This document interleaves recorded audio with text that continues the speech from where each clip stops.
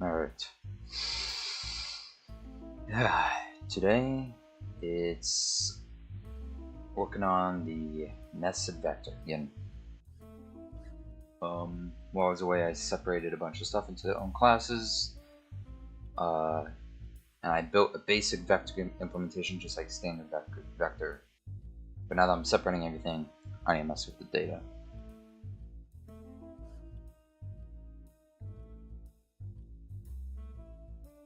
Enable this.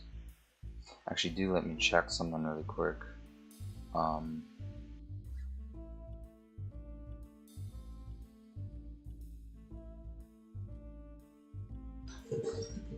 Yeah, exactly like that. I want to give you a second.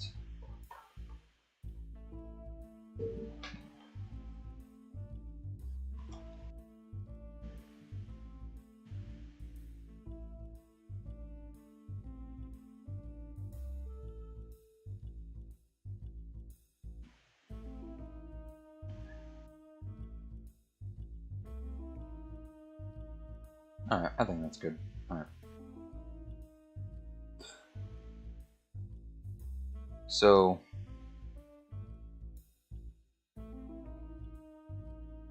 let's see here. Oh, that doesn't work anymore, that's right. Alright.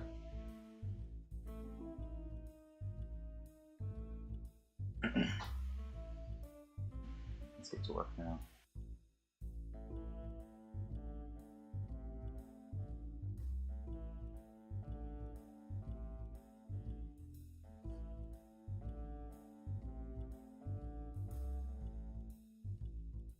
Alright, so now I'm going to update this a little. So basically what I'm going to do now is what I'm going to do is I don't need type, and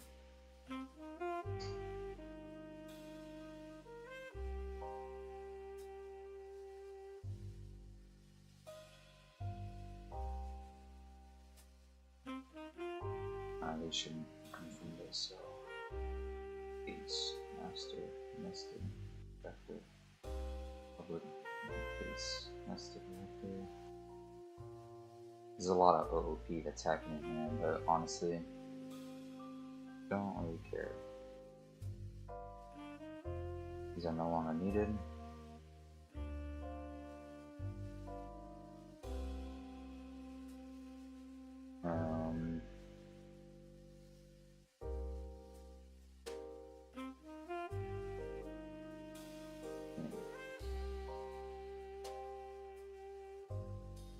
So I might need that. Actually, I don't need for declare anymore.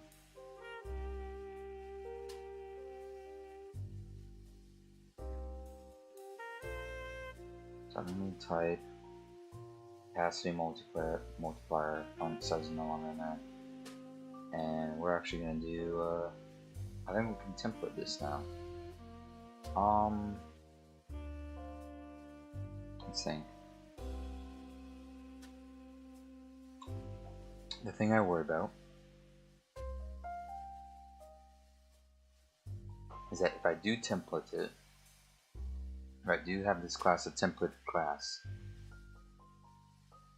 can I?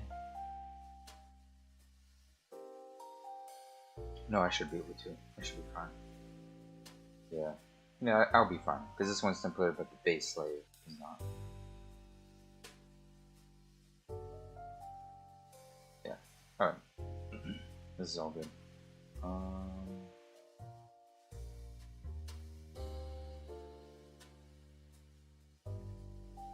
Parent should only be of a filter. Okay, I'll actually do a union here. And I'm actually going to do a parent. I'm actually going to do filter parent. And I'm going to do master parent.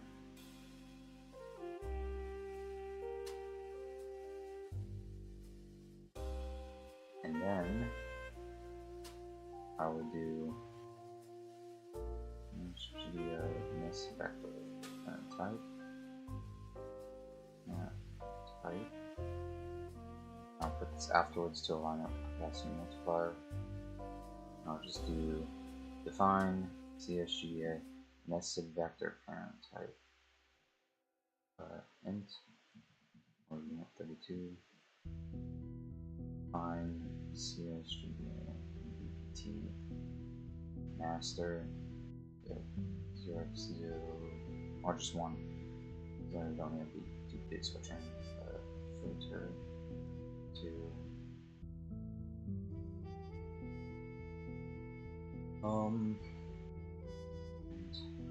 nested. Yeah, I think we can do template in here now. Template type T. This will just use T.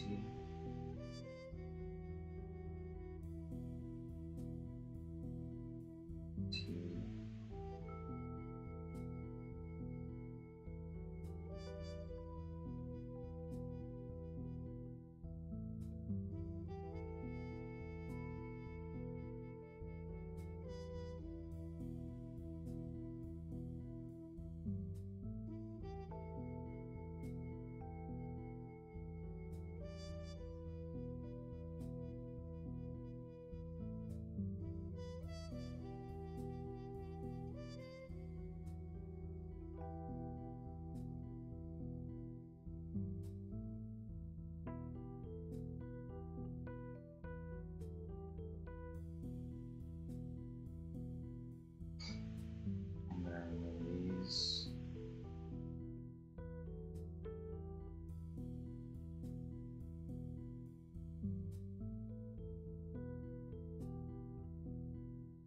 Okay, so I actually need to move this perspective. My pushback function simply does that. Or it's just so. I have this abstracted. Basically what's going to happen is I can remove that. I can throw the insert here because I'm going to, or abstract, I'm going to hide it is what I mean. Iterator. I'm not going to do this one.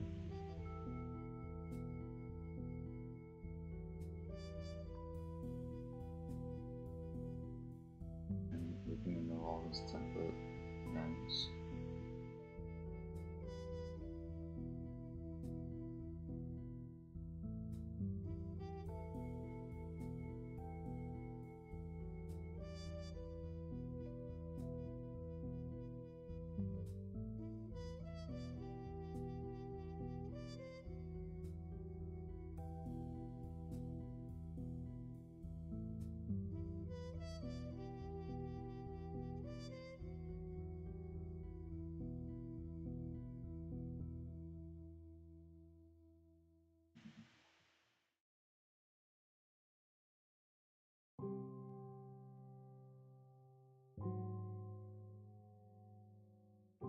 Okay, so we're not going to hold this here.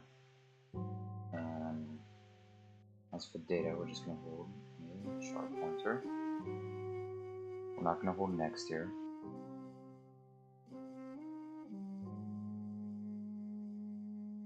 And typically I'd move this out of here, but for now we're going to just keep it here. Which means I can go ahead and remove these. I can remove that.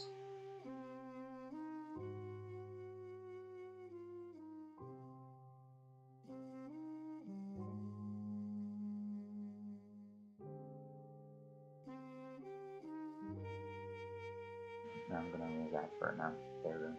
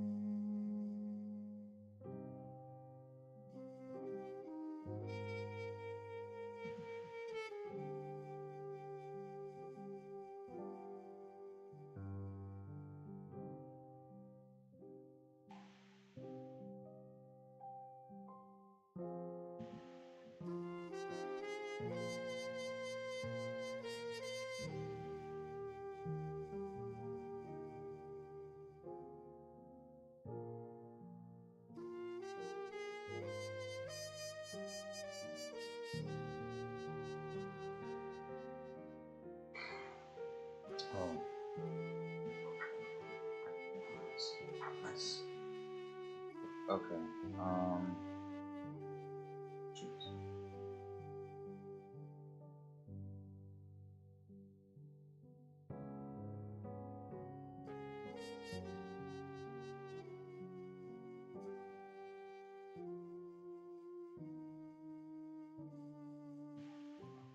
Fortunately, I think.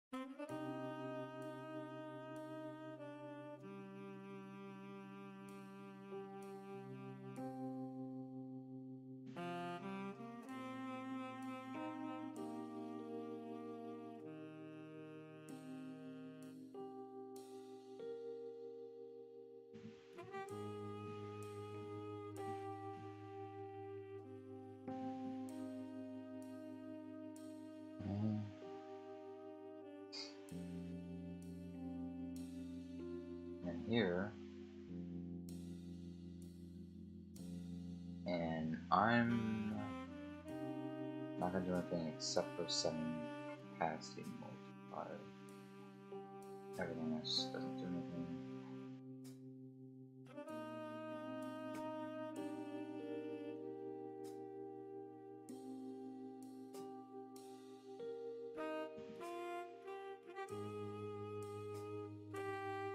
Okay. Move the noise from the design. Copy that.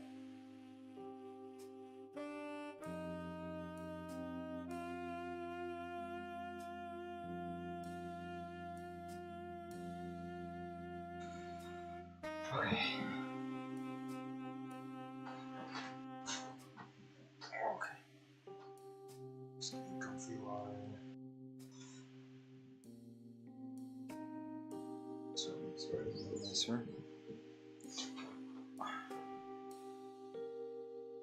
Nah, I'm good. I'm good on that. I'm not gonna do that. Oh.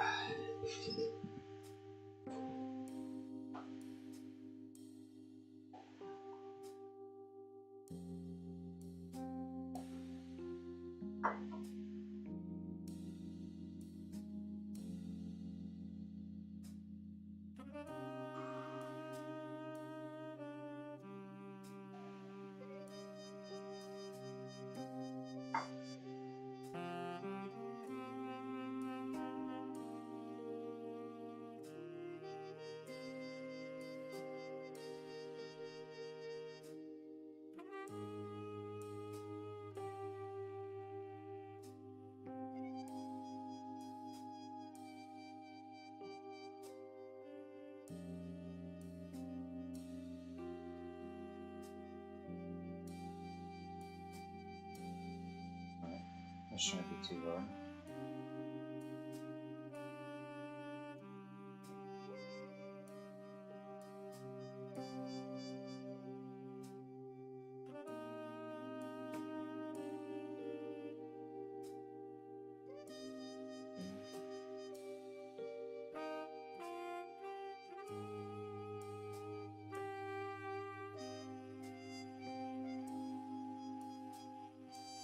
I'll come back to those other ones.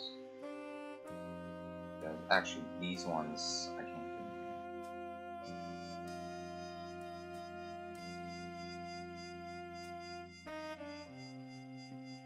do. And I think these ones actually have to do as well. For those,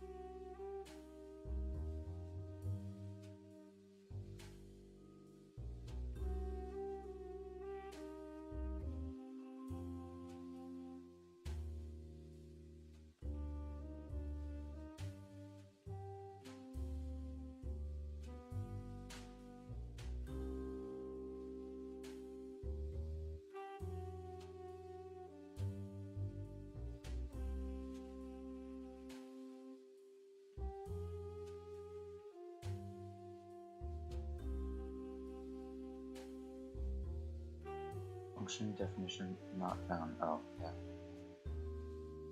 Oh, it is.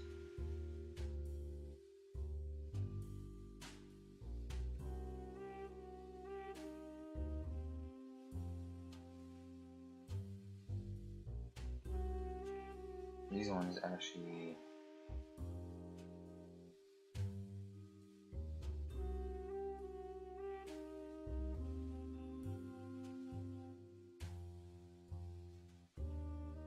Yeah, because these ones have to be.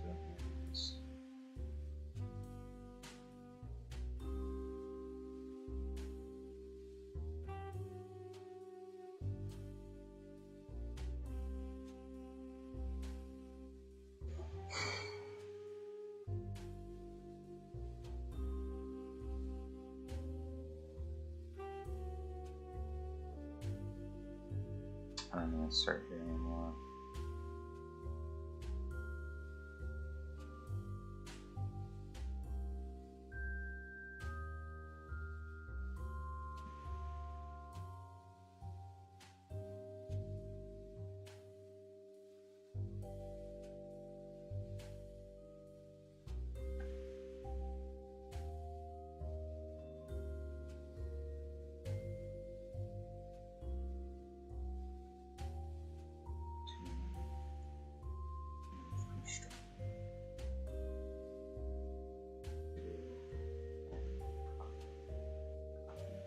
Constructor.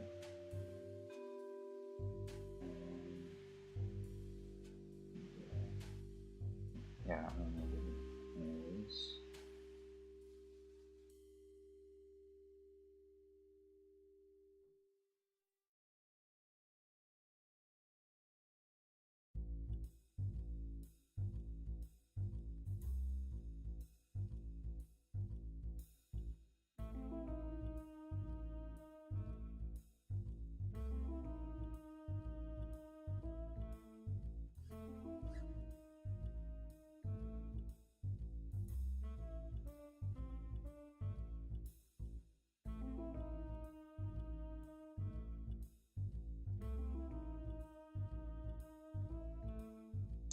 I don't think I should make this const.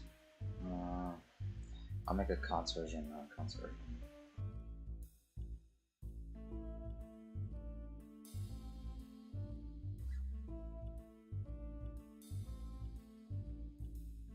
To which these are defining continuous. So turn in data as t reference. Turn data.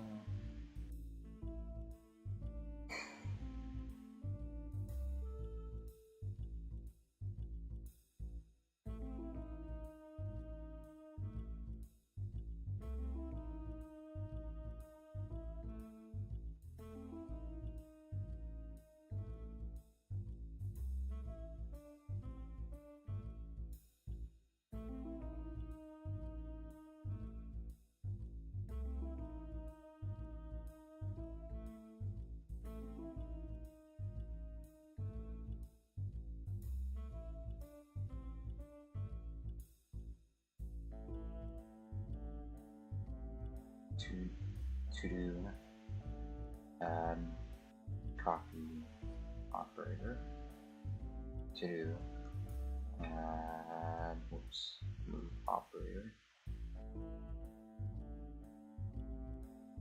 turn in data index, turn in data index, times the size of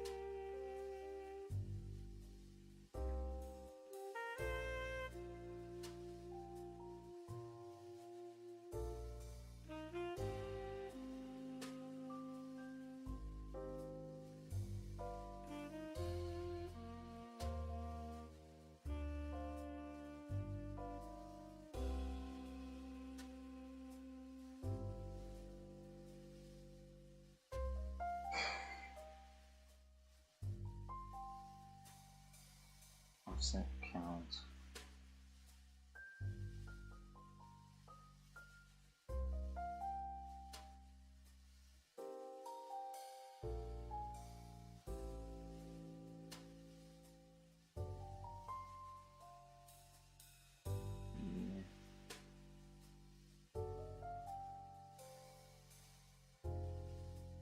So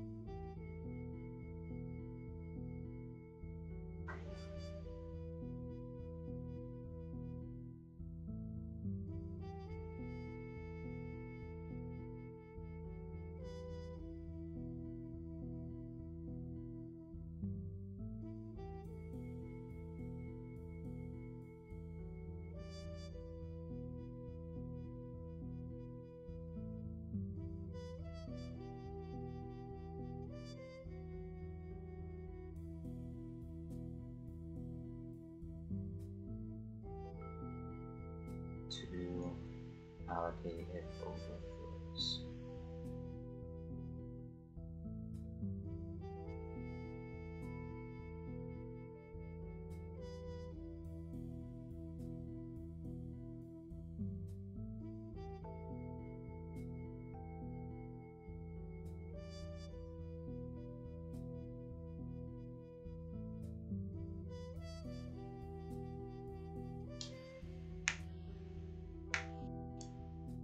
Whoa.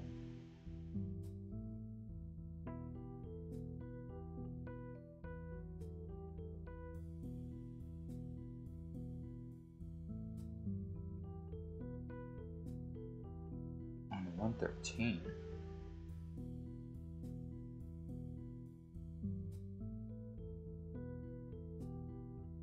Oh.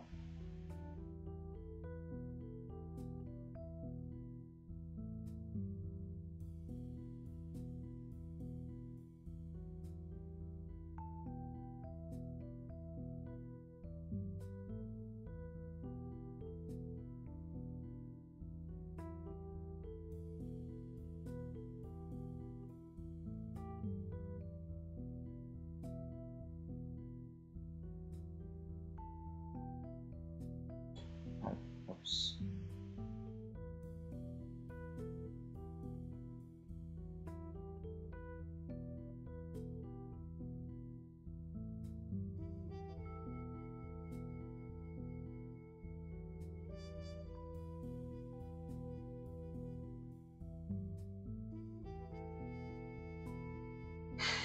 What's happening now? Yes.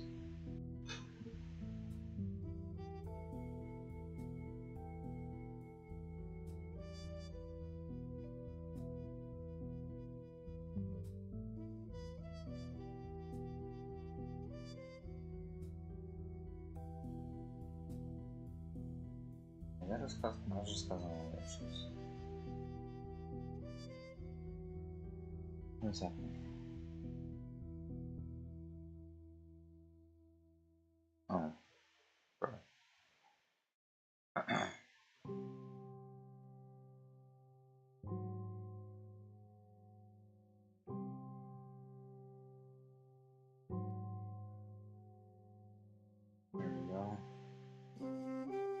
let's just make sure that this still works. Alright.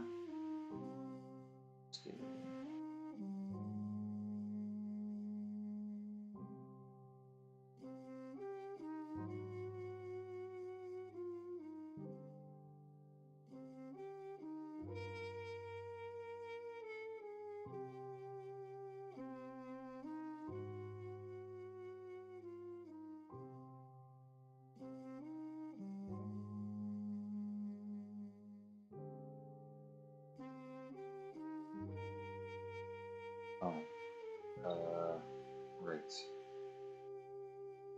So I'm gonna do this. I'm gonna do.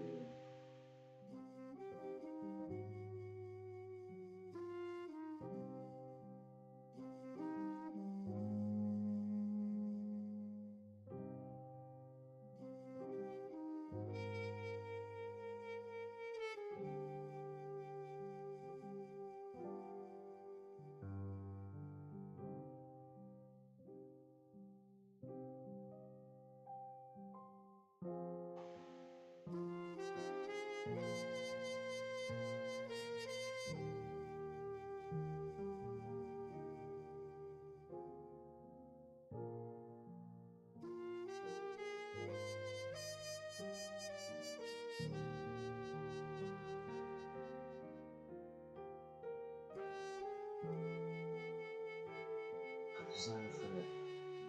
Oh shit, I made a mistake after mistake after mistake.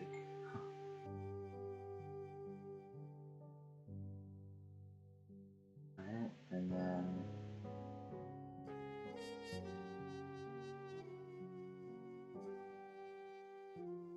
should be able to just print. Nope. No.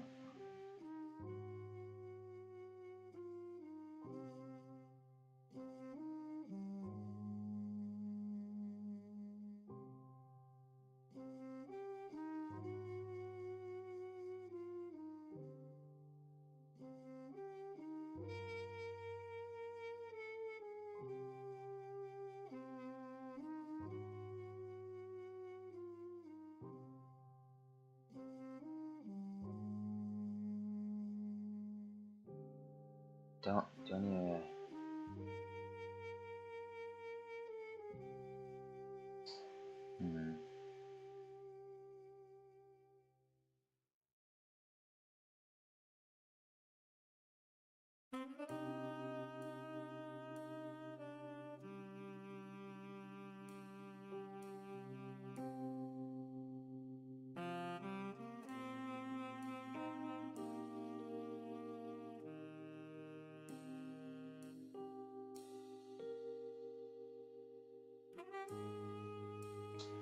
just do this.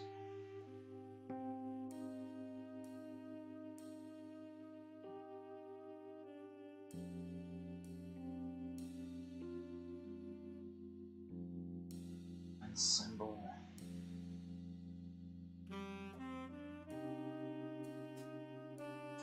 Undefined symbol.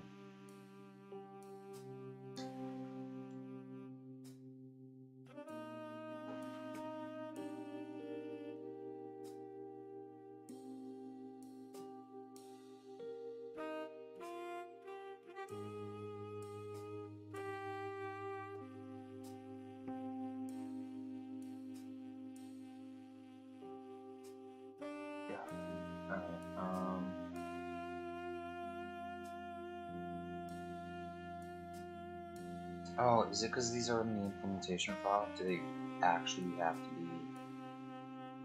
How many errors is that? 5? If I go in here, and then cut this, and then in here,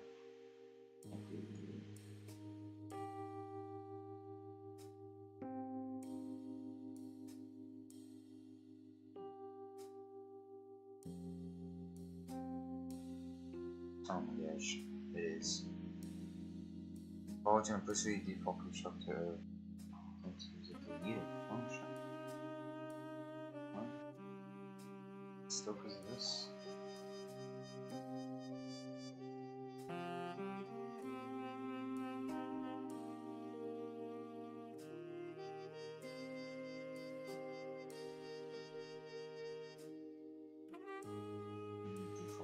Oh. Oh.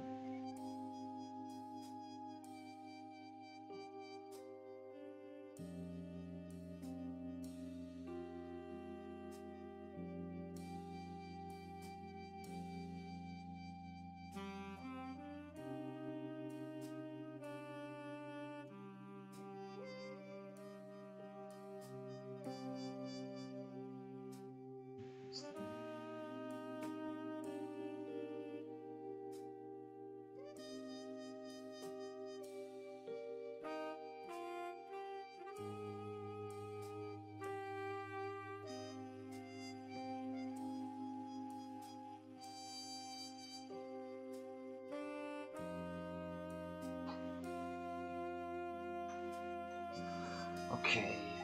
Okay. Now it's size capacity.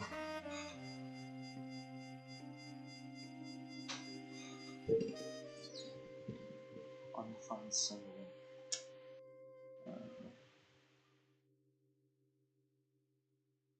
And comments here, just so they fit in. And those two arrows should go right with the goals. Yeah, okay, so I just can't. That sucks, whatever. Not like it's in the world yet.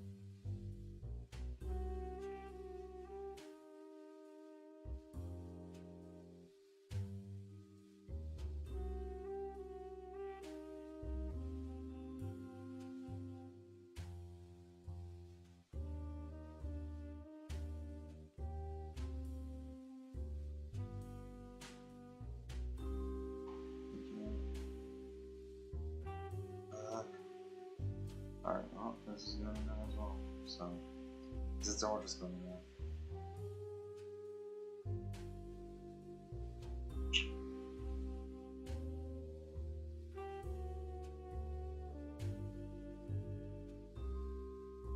Screw it, I'm just going to put these in there as well.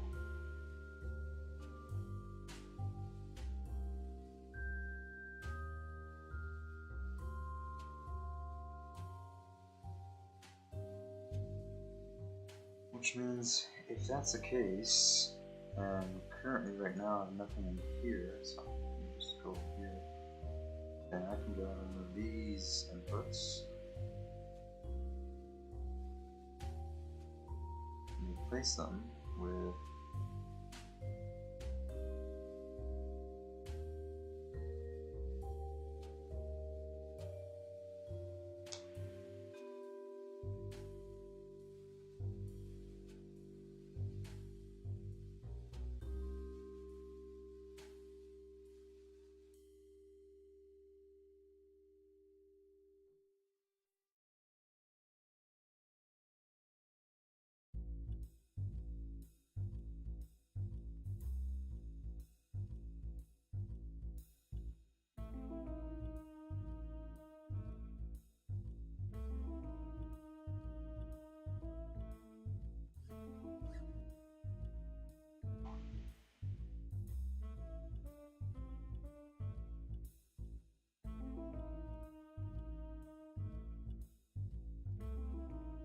cool. Still works. Alright, now it's even more like a vector. But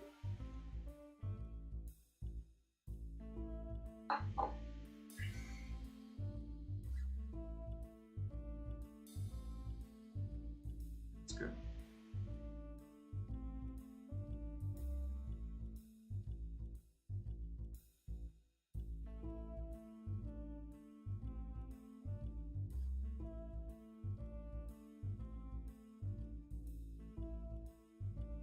That'll be GDI.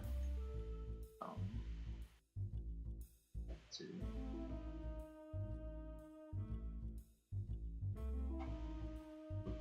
right now. I know we'll use a CPU next though.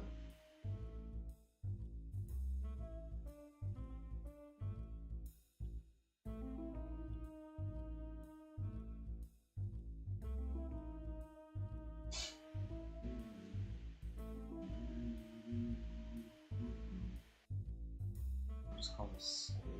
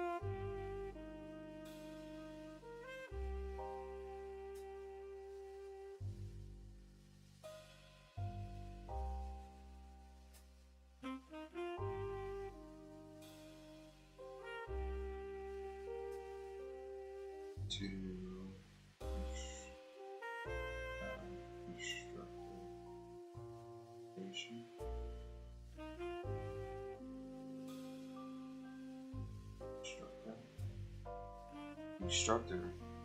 I knew it. That's bad. That's pretty bad.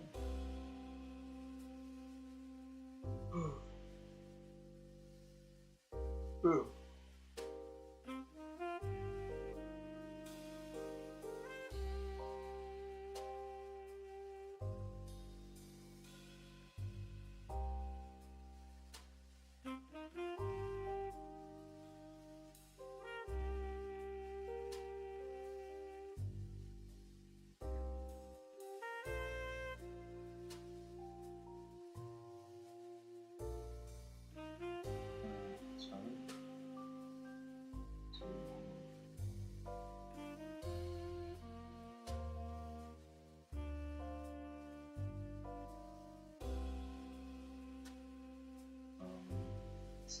GDI,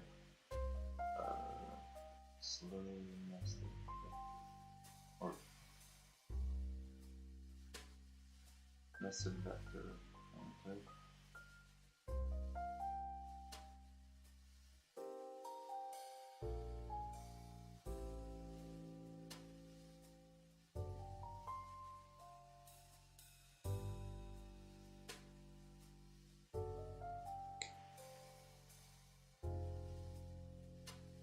Ooh.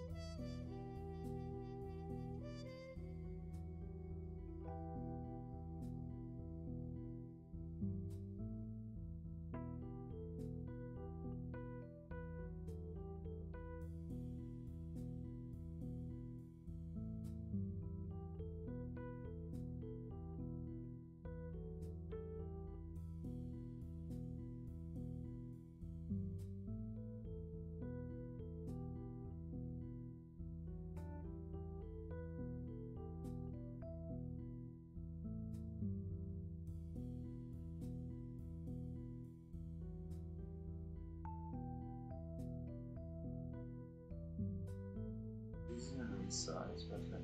The resize button. That's right. Honestly, why even specify this per each thing? Instead, go into the protected sectors.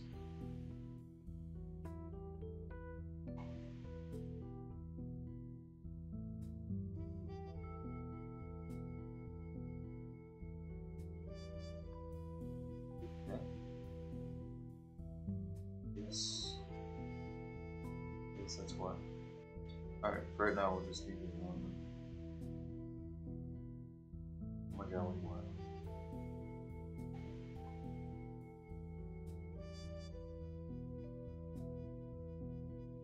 Okay.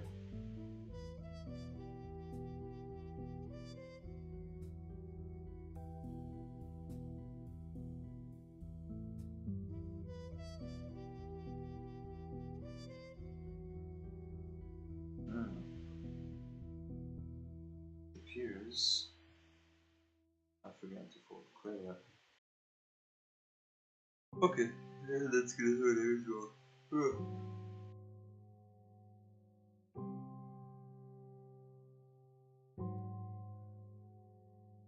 Okay. That's fixed.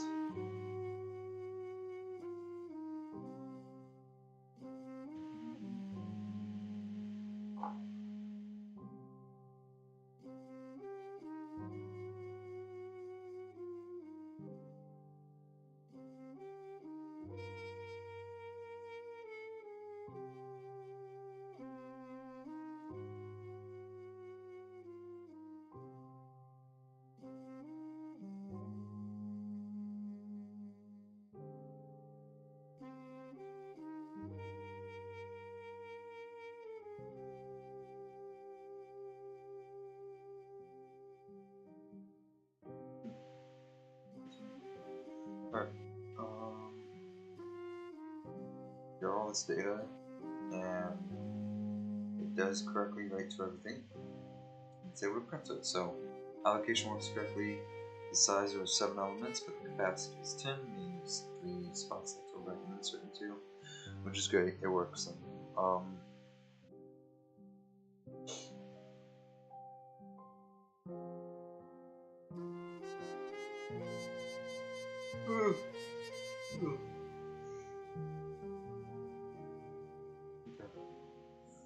So the idea is you have a master message vector, which is the one that does the allocating and handling of the buffer contents. And then you have filters, which are just kind of like categories. And then you flow data slave nested vectors into filter slave nested vectors. That way, you can have filters upon filters upon filters. And if you move a filter around, it moves everything with it. So it's like it's automatically sorting itself and everything.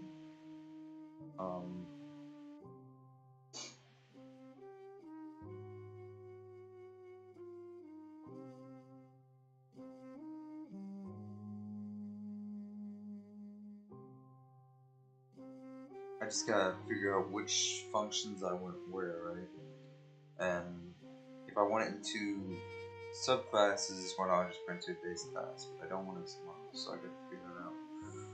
But I do want the ability to move around these vectors already. Like this one would be inside of the filter one.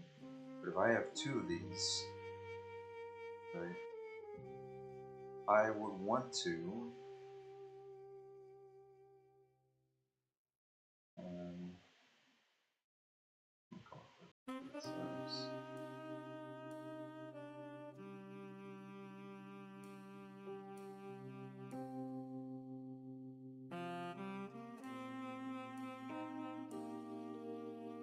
forced capacity.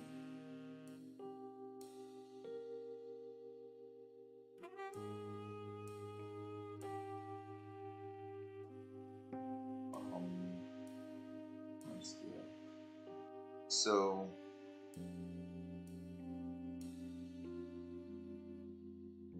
I really need a way to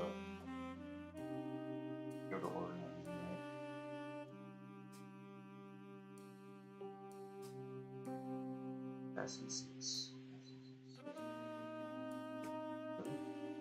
Just put it down the middle. No. Oh, whoops. You clicked it already. I'll just make one called no, that's fine. I'll just hard code these two for now.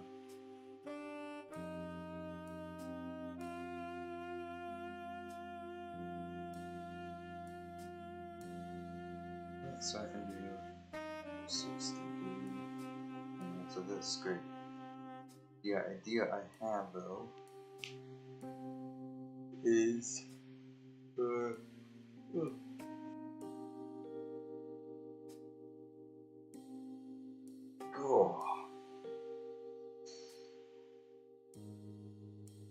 would want to be able to switch them. I need an intuitive way where I can just go. I can basically just say the pseudocode. It would basically just be vec2, which is the filter vector, and be dot you know, you can insert vectors at any point because it's data. I would say insert here, or insert here, or insert here. The only issue with that is since it's not a template, there needs to be a logical way to do it, which I think I can do intuitively. I just have to insert based off of sub filters and sub data entities. I want a way to swap them too. So like.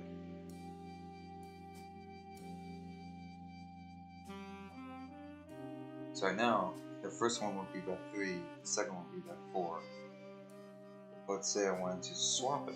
I might have a function literally called swap.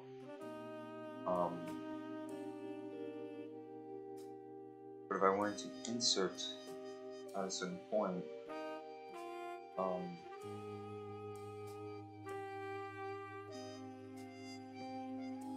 because right now, anytime I add a new vector, it's adding it at the end, right? And that's not what I want. I want it to be, I want to have a way to do it wherever I need to do it.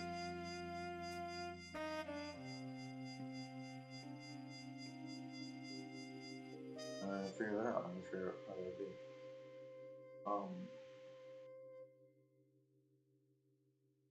Now, intuitively, you want to do swapping, right?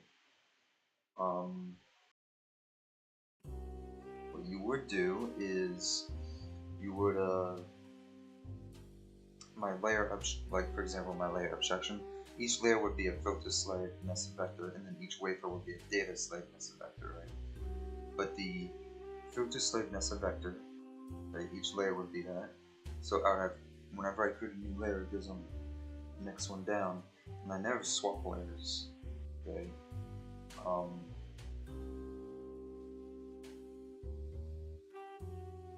And then there can be a gap between layers too. Or at least intuitively, there would never be a gap. There could be a gap, but you know, I should if something's the size of 0, then you know, the size of 0, it's not really much argument. So,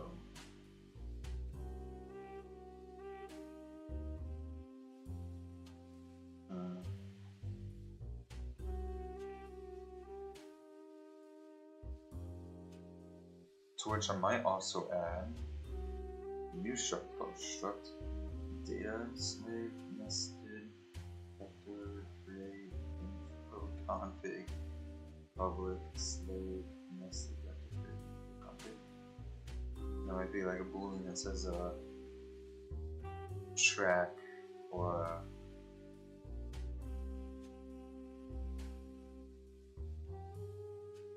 no.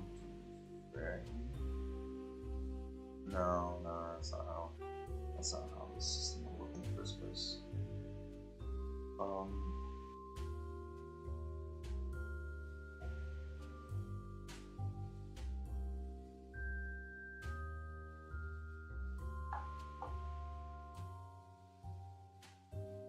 And the headers, the maps are, sorry. So the buffer, how it's laid out, the buffer is basically like organized down to where the data is, but you can't iterate over it because there's going to be some spots that's not going to have anything. Just like how a vector works, there's size and capacity. So there's some slots that aren't going to be anything. And it would be nice if there's a way to know when these vectors start. So the idea is the master vectors would contain it would actually be two buffers. It would be buffer 1 would say like, let's say there's an item, it would say it would say the offset is the buffer. This buffer is just a list of all the possible vectors and their sizes. So there's so in this case, you know, vector 3 would be offset 3 or offset 0.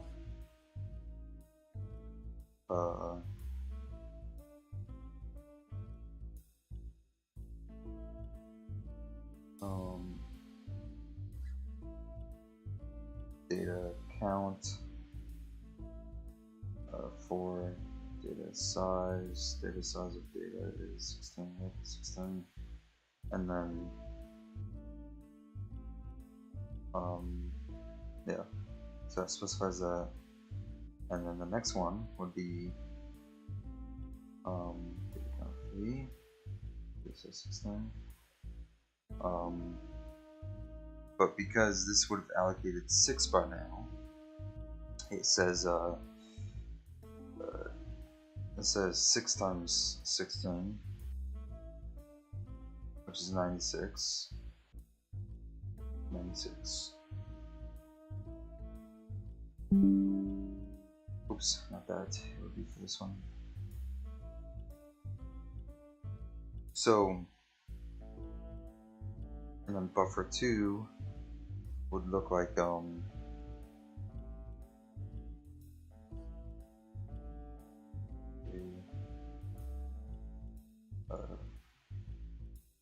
0, data 1, data 2, data 3, data 4.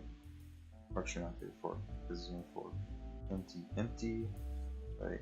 Because it's 16, 32, 64, 96, and then that 4 would be data 0, data 1, data 2, and there's nothing more because the capacity of that 4 is 3 atoms, if I remember correctly.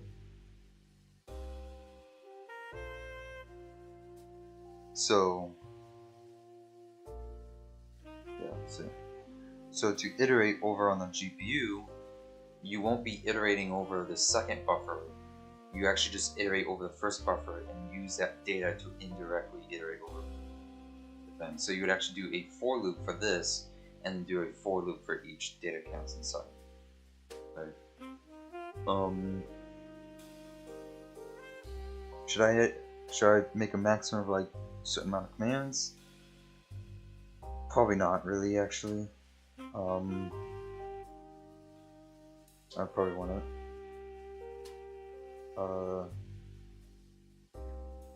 But yeah, I think my point is I think my point is I mean, it works. It'll be fun. You know, it's triple buffering gives me a headache because there's gonna be so many buffers in my engine, right? There's 2 buffers for the entire UI system. There's 2 buffers for the entire UI hierarchy. Then there's a buffer for baked styles, a buffer for target styles. There's a buffer for SDFs that contain baked and target. And then there's a buffer for wafers, right? Wafer information.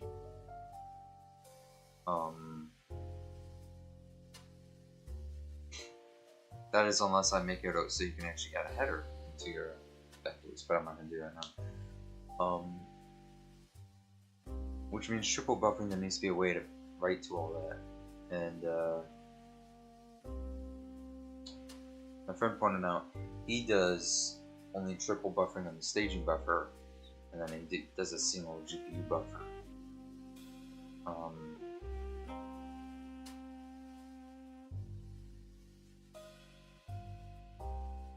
But I have an issue with that.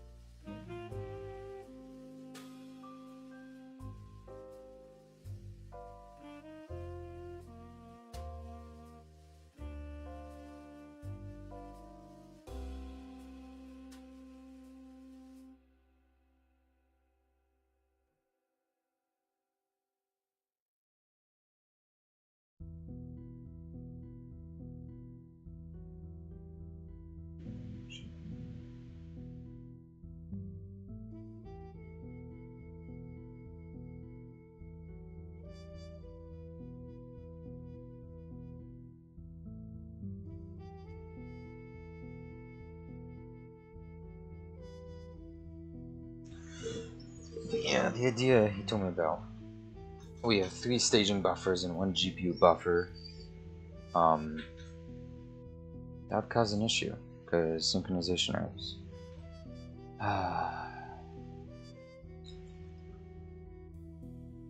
So I'm not sure how to resolve triple buffering and keeping memory low, because especially memory on the GPU being low. Because like, imagine if you had like 10,000 instances in the game. Triple buffering, you would be reserving 30,000. Okay.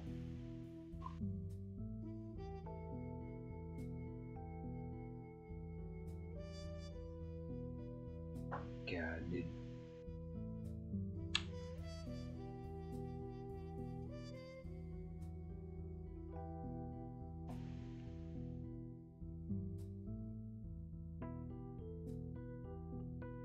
And I don't want to do single buffering my editor, but then triple buffering outside my editor.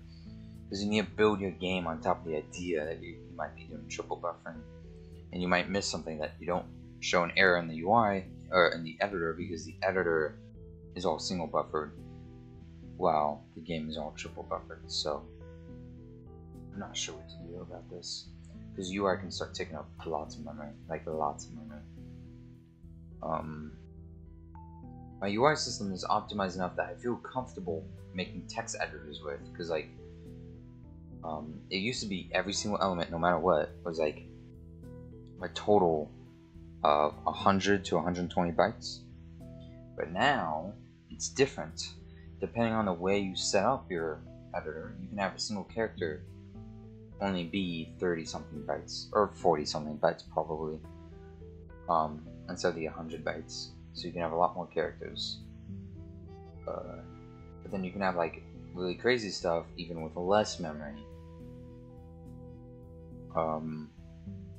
But again, I still gotta figure out what the heck I'm gonna do, or if I can do any more optimizations. Because this UI should be very extendable. There shouldn't be any issues extending it. It's literally just the triple buffering I'm worried about.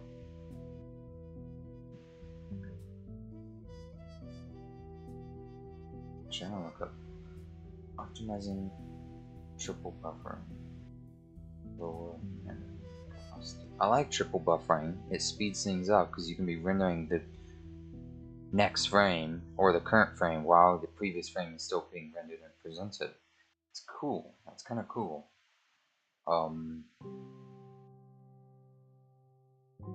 But you need to have 3 times the memory for anything that can get changed during runtime.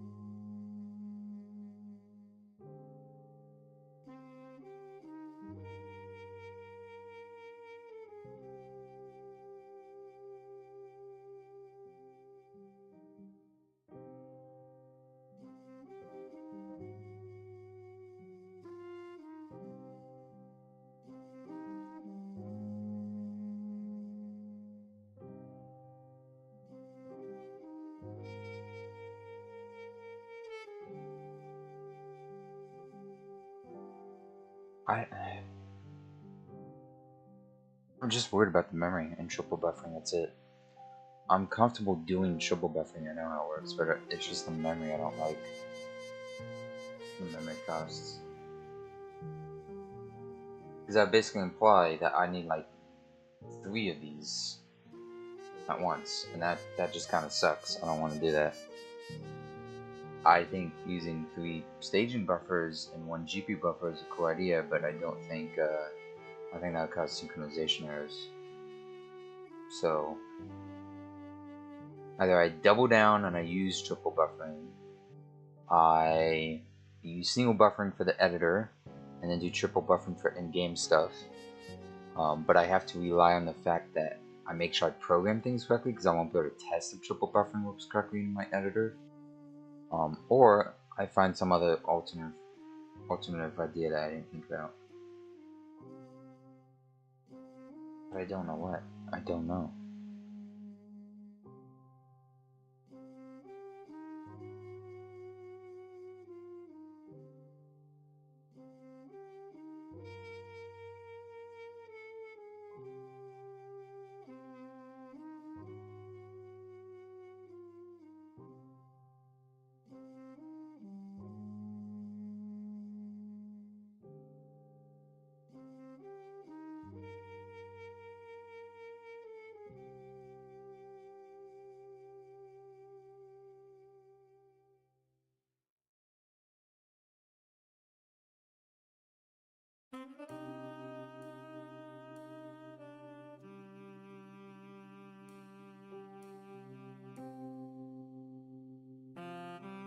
I just don't know. And it kind of worries me, because that's something I have to think about, and that's something I don't want to do.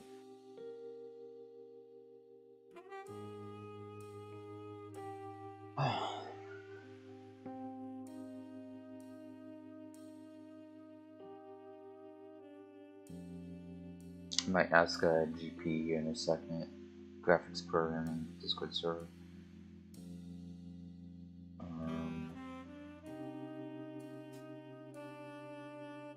Yeah, I'm gonna ask GP.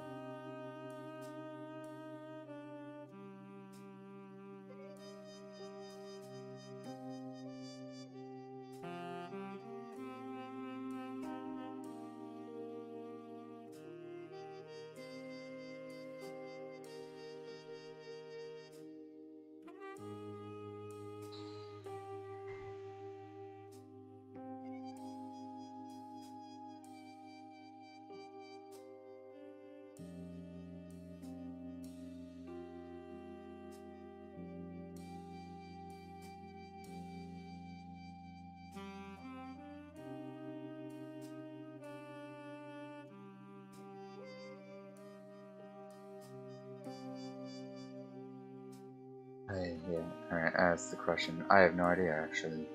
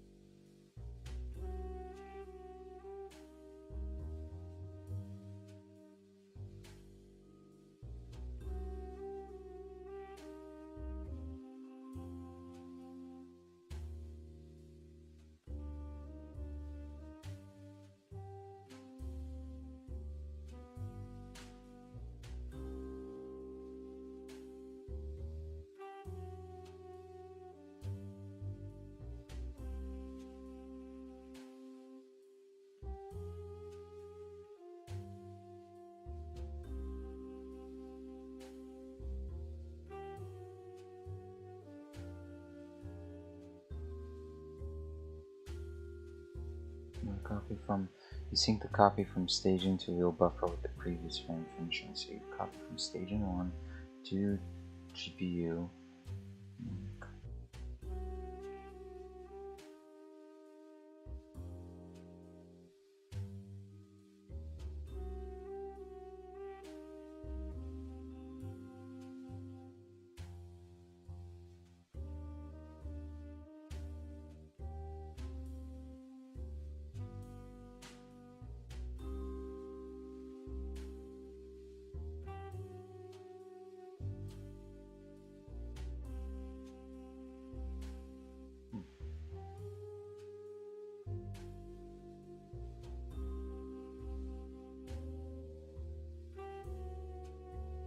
Okay, yeah, you just do a barrier.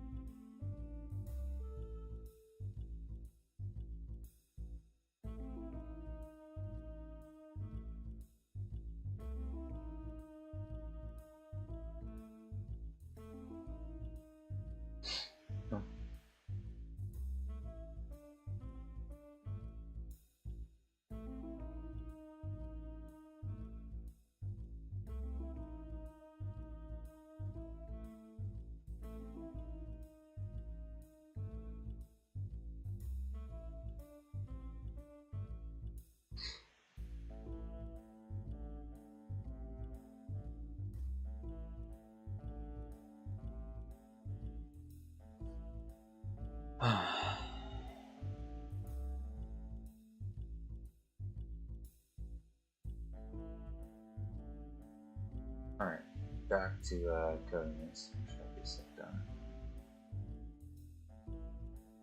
Alright, turn down the size there.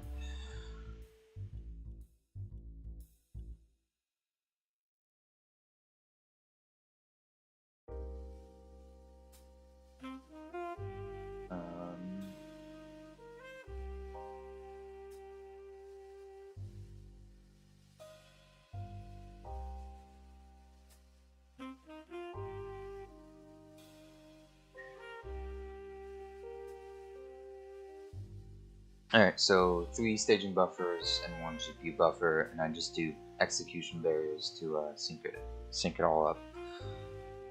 Alright, that sounds good.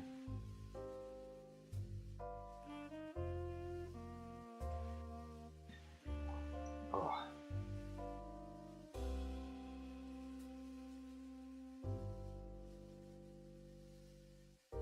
And the hard part about this setup, is why it's taking so long, is because I need to move the allocation and handling of data into a higher level buffer or a higher level vector.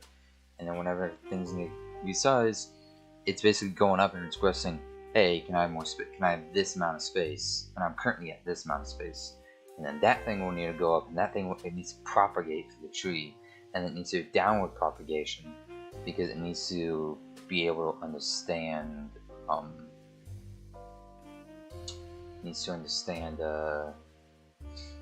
What type of I'm blanking out here.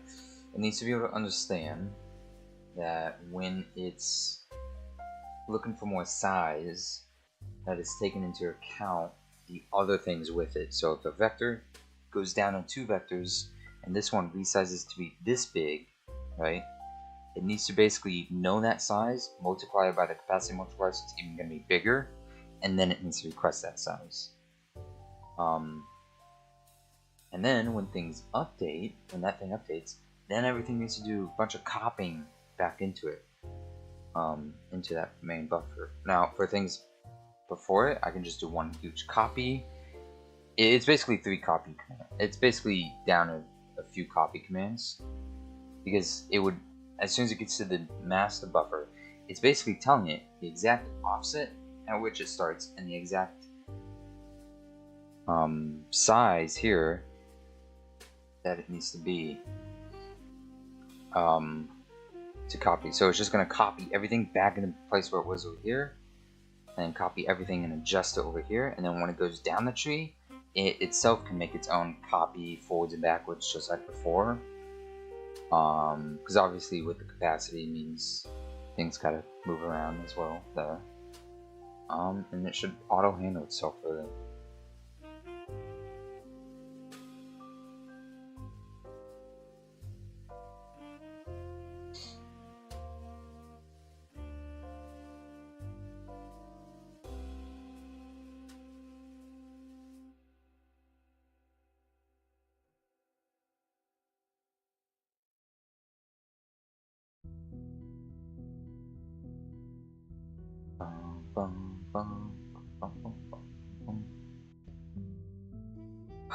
But dog, oof, been tough.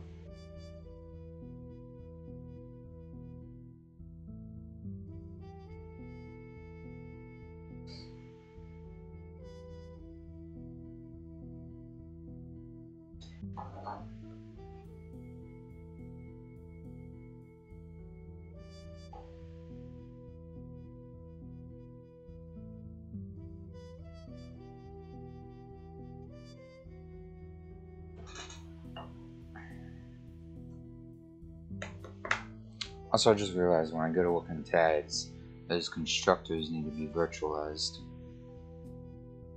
because they need to get called, and it doesn't know what type it is during runtime. It just knows that it basically just knows that it's a void pointer, and then whatever reads from it is interpreting it to the correct one. So I need like a virtualized constructor that I can call.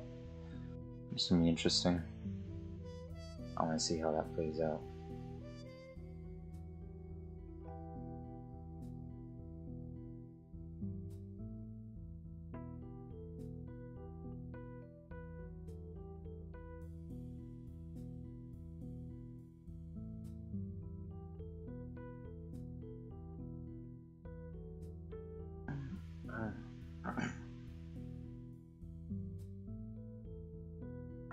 I haven't had this Arizona ST in a long time. As for moving around vectors, I don't think I need to do that. If I do need to do that, I can have like a swap function or like a move function, but I don't think I need to necessarily do it because the vectors for each layer stay consistent, and so nothing needs to get moved.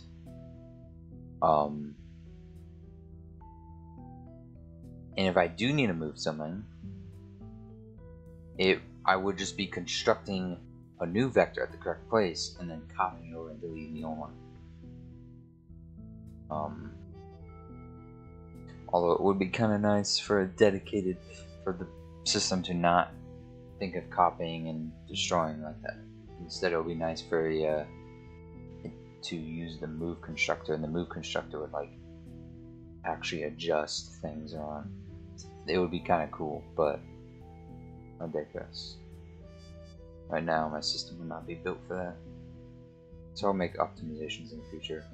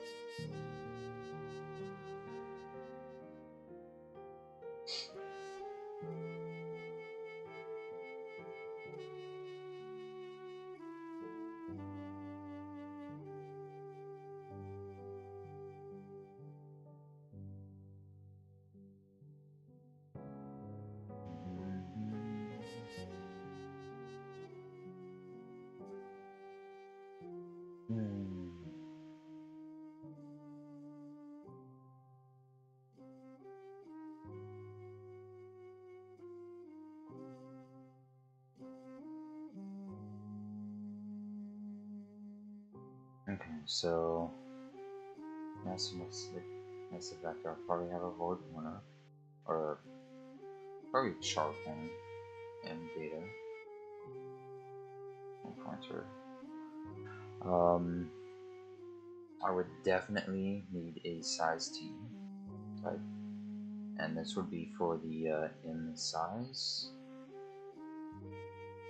T, in capacity as well.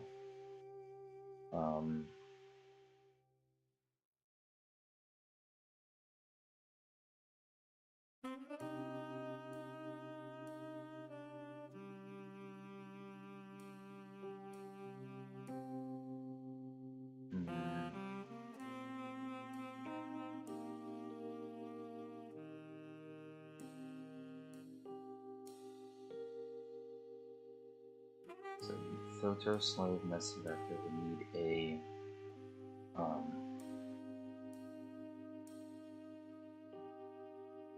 like a void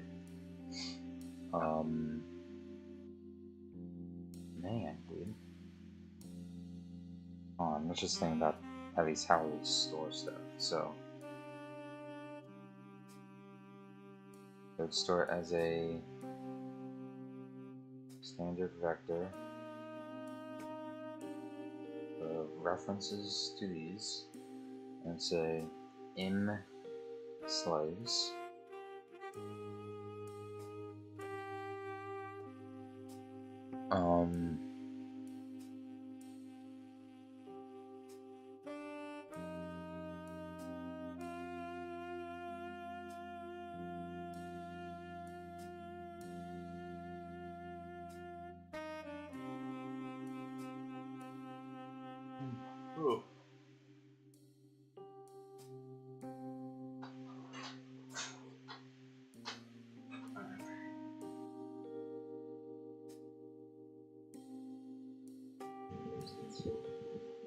Um,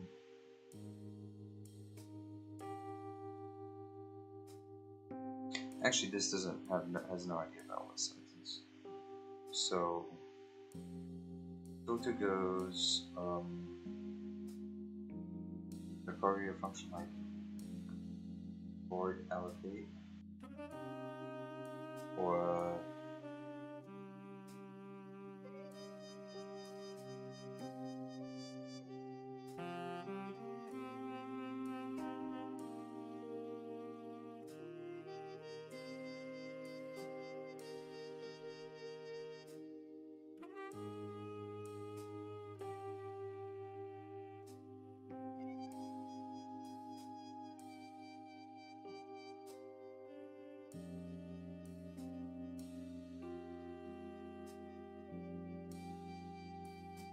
void allocate.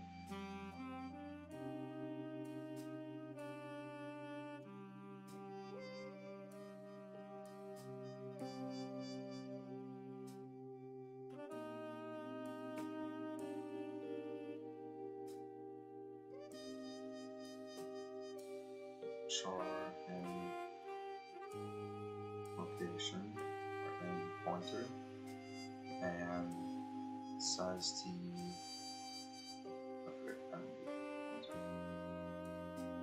The old size t, the new size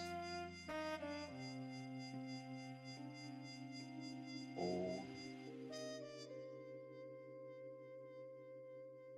I'll just do old size and then new size and then I'll call it actually reallocate.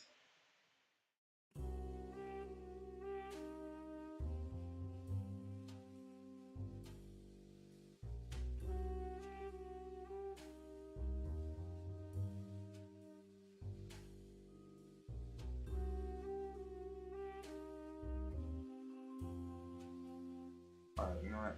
Maybe there needs to be a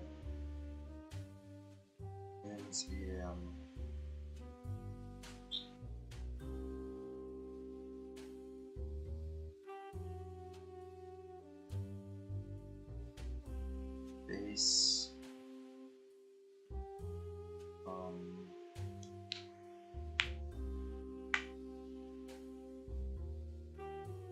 I think it's derived from the base and it's vector.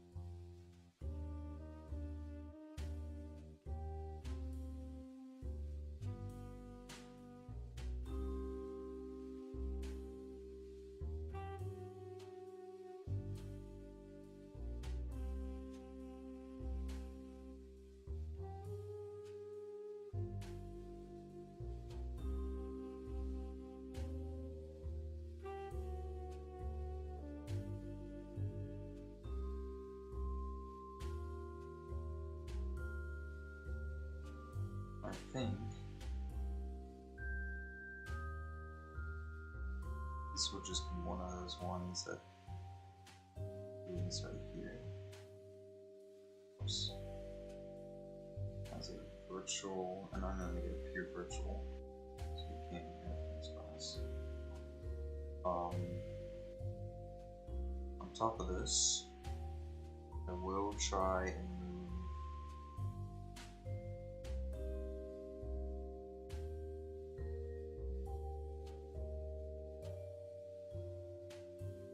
try to move these into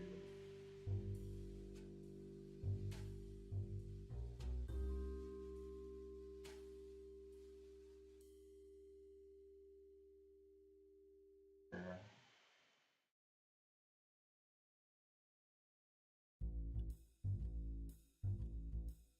And I think I'll even do, I don't want to duplicate stuff, that's a bad idea. So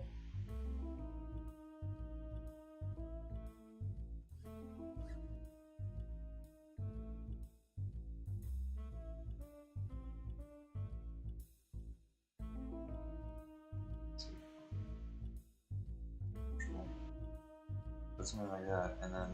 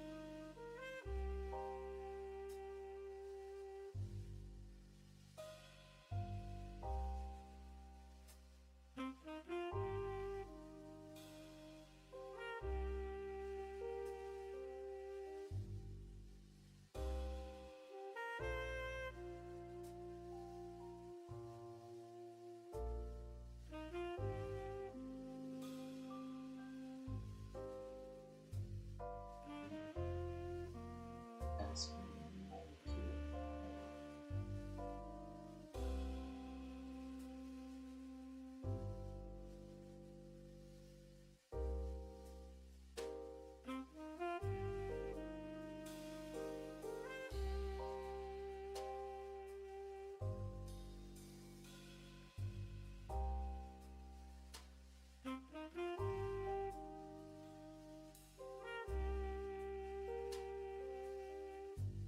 so as a public here, which this one call that, and then I'll have this one here, which this one will all that.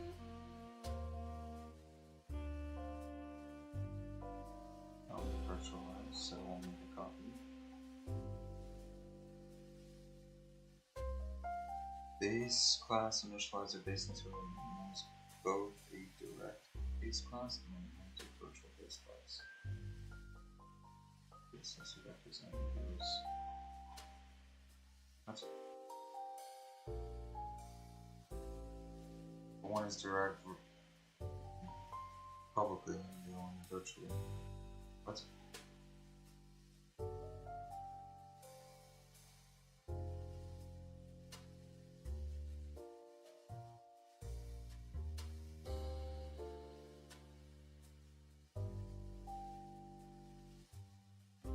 Huh?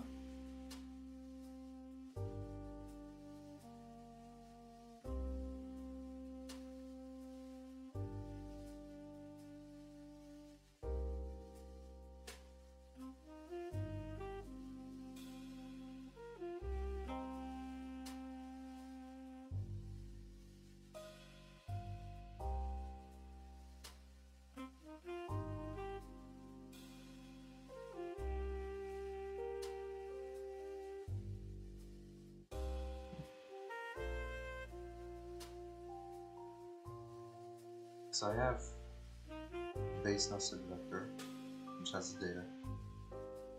Then I have base control nested vector, which probably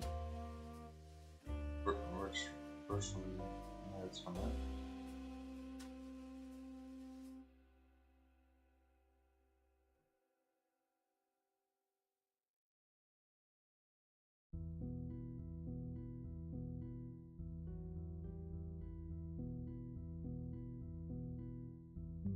So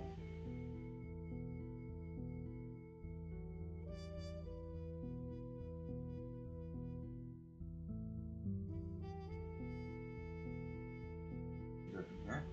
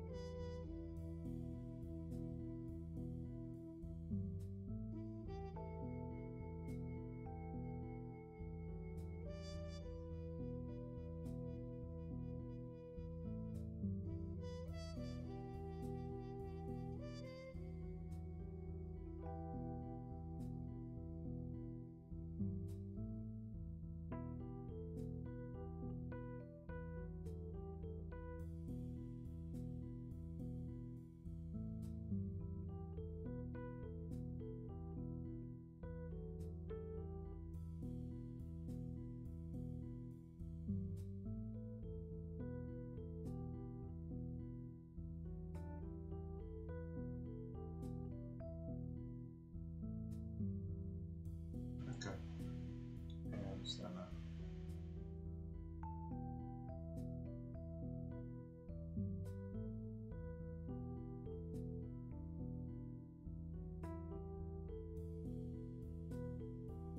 Oh, okay. So now I gotta do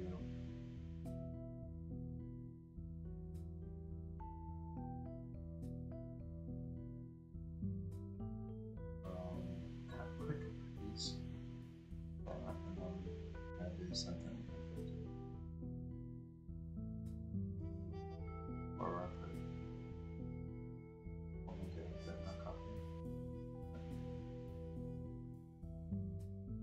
Let's just make sure there's not diamond inheritance error.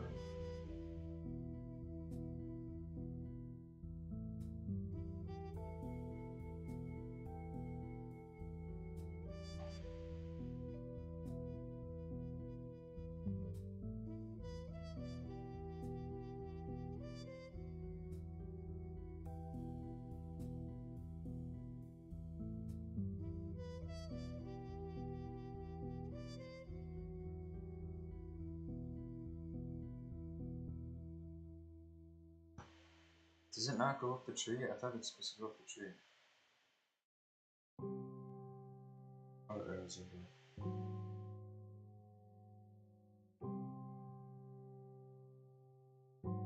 Okay, that's weird. What I'm gonna do is I'm just gonna add a default.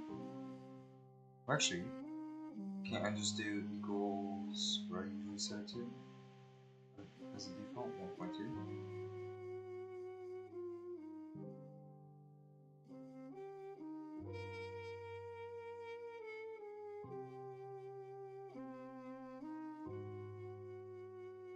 Not a private one, unless I actually made it private. I'm going to make it protected.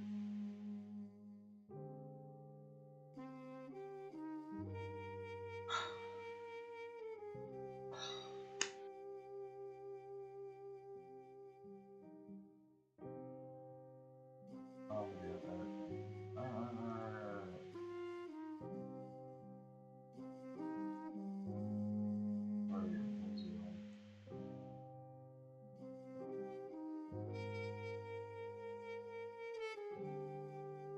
Great, great, great, great. Alright, I'm gonna check.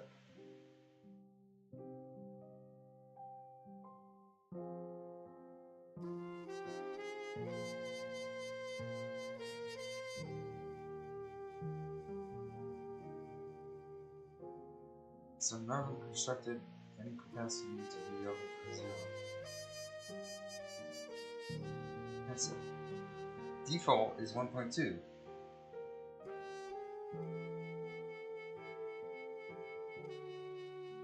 this is supposed to say, hey, base slave must productive class. This goes, hey, yada yada yada yada.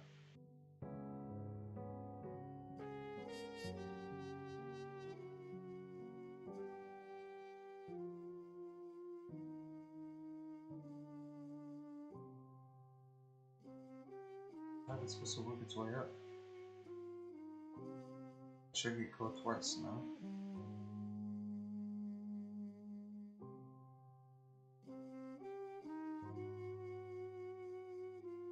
Oh my gosh, I understand.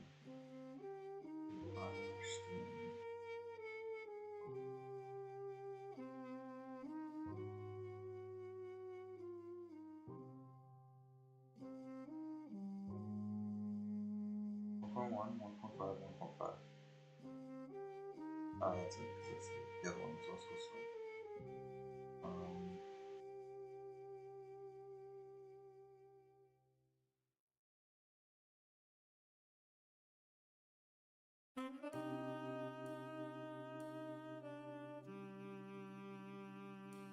So, if that's the case, base must say rebel.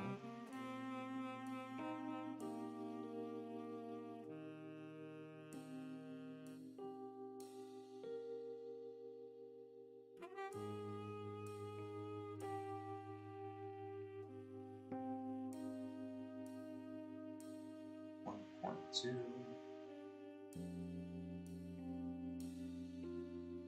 Oh.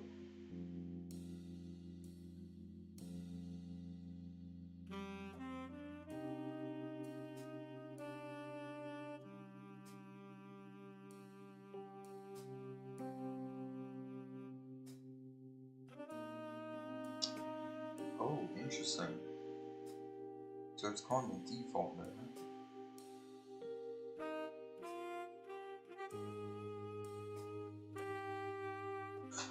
Okay, so who's CPU master? CPU master's doing.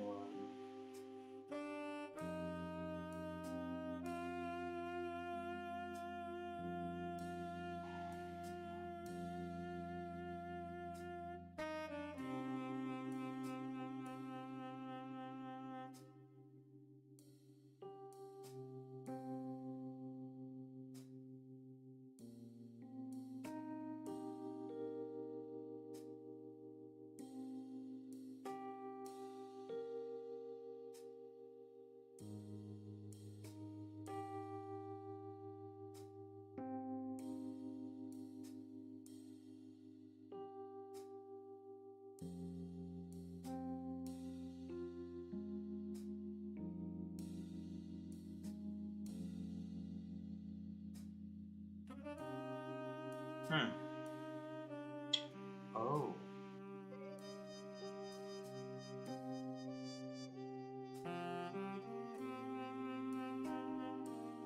Yes,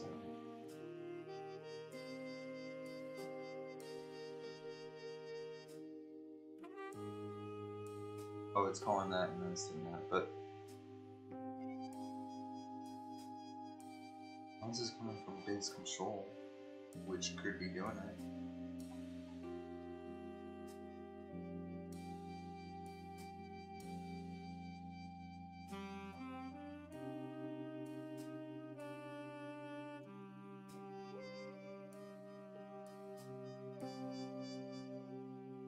Let's test.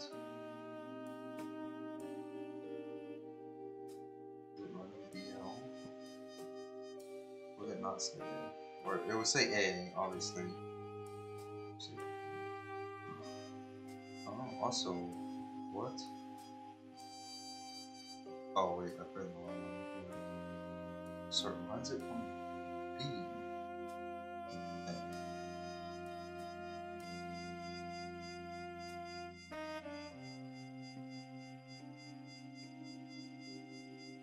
Does it never call it from here? I thought it would call it from here.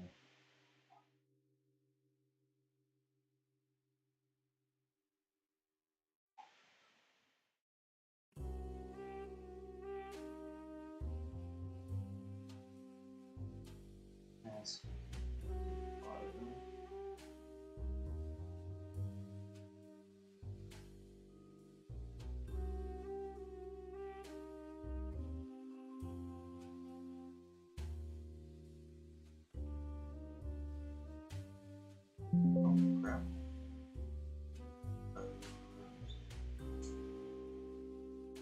class explicitly in the interface class, which does not have a default constructor.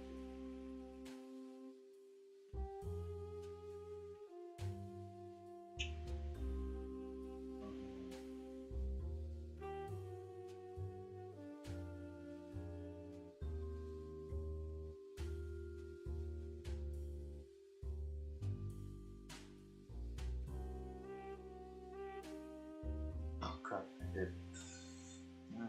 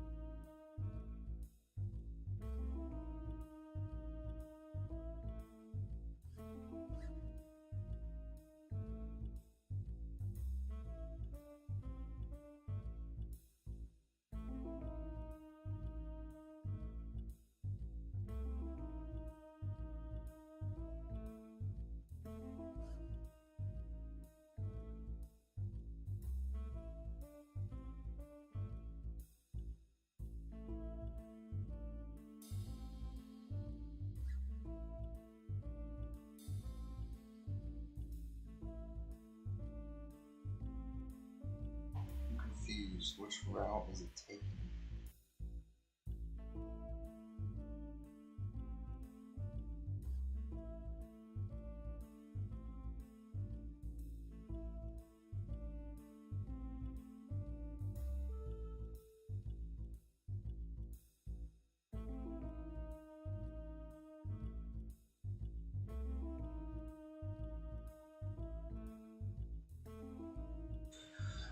Okay, so I have an input in here, and then in here I have no inputs.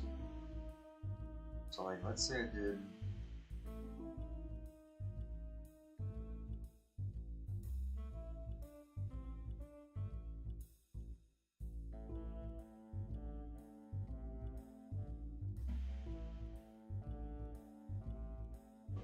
and then I do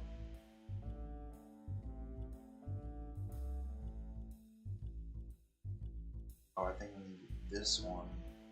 Oh wait, do I need to do this one first? And then I can just construct it. I do this one. And base control. Is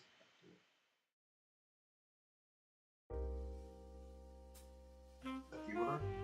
That might be the order.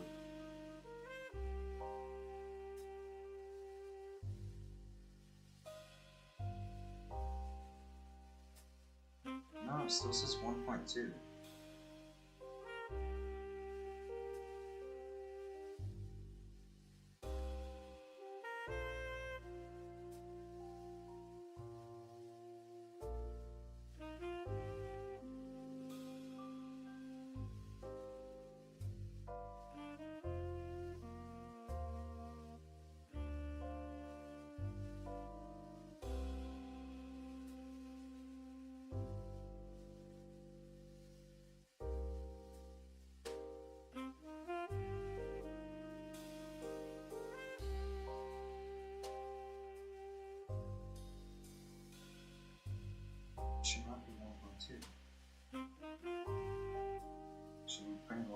It's 1.2 feet,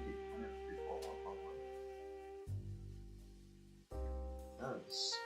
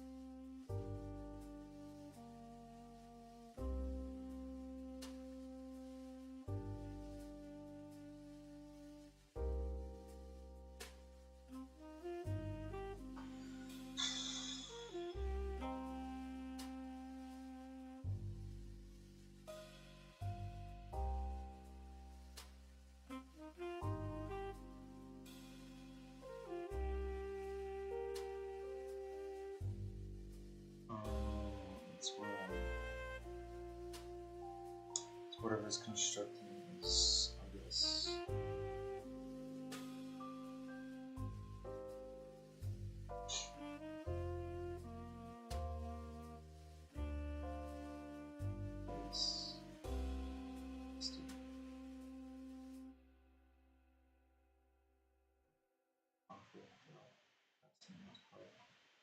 So instead, I'm actually just gonna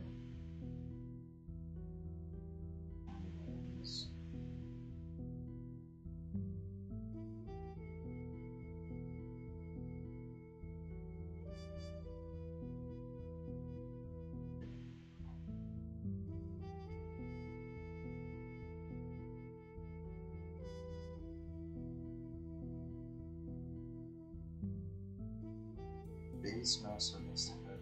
So base master needs to vector. Okay, I'm still gonna want to reconfigure it just in case. We'll change it if I need to.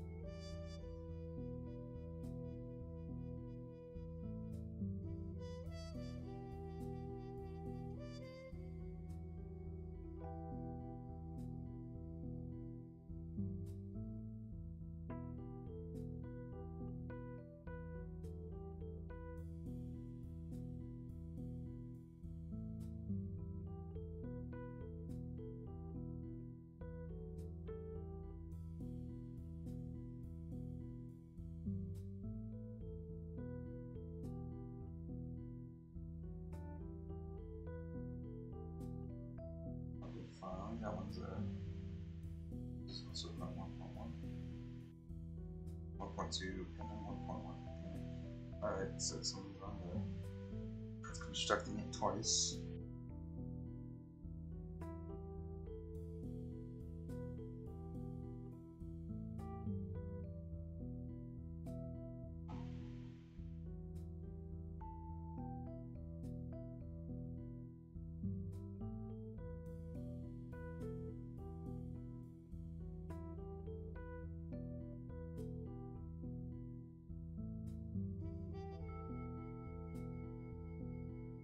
I'll do that and do base as the vector.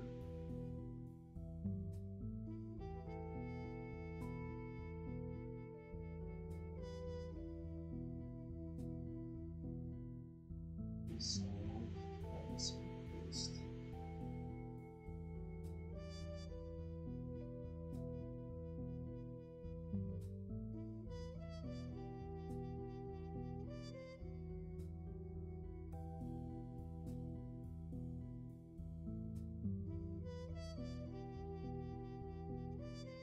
my hair actually on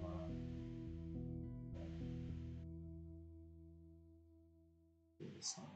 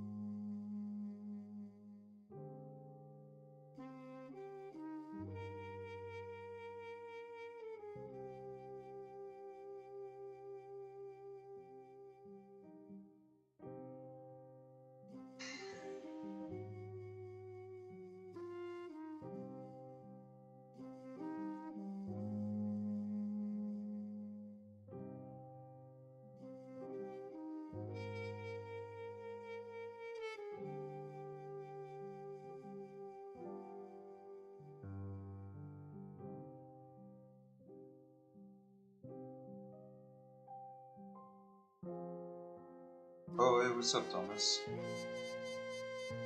Still alive? Yep. What's up? Sorry, I have not seen you in a long time. In a long, long time. That has been called twice. Gosh, dang. Oh. There's been gone, sent to a device just like that. Oh.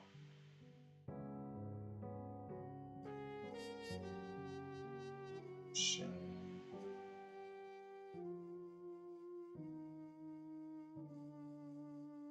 What's happening? Oh, why is it working twice?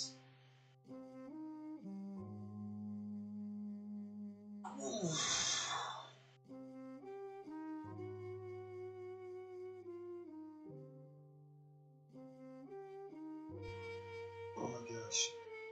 My brain's hurting. What do you mean nothing much? You've been gone for like every month.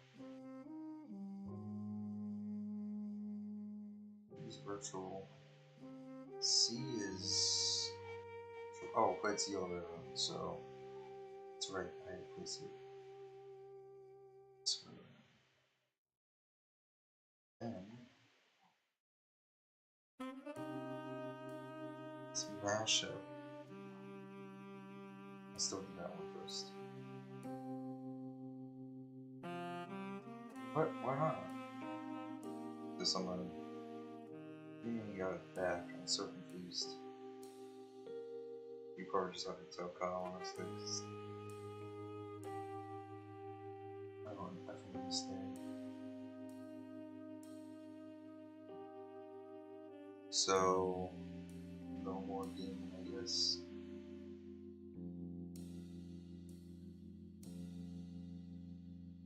Why do you have two?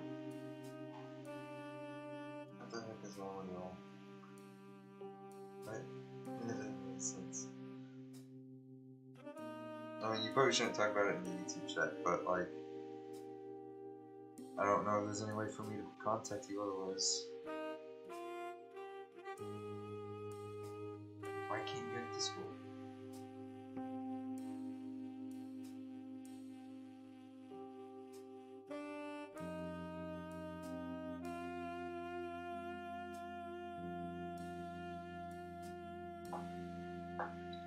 Bro. Absolute bro moment right there.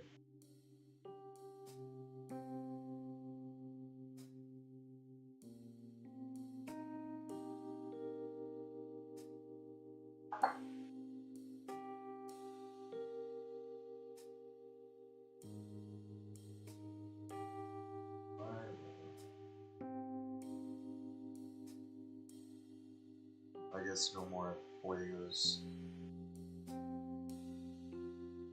That sucks.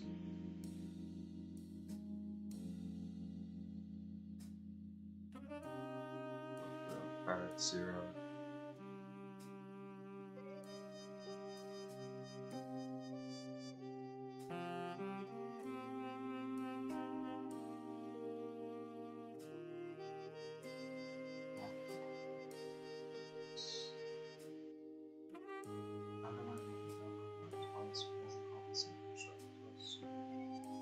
This one's virtual.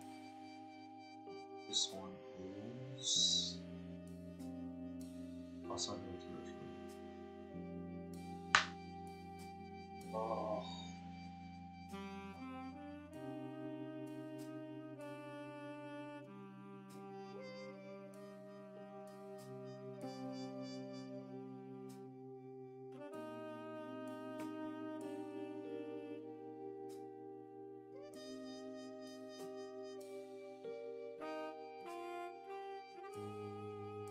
So this one is virtually, and to be able to use it,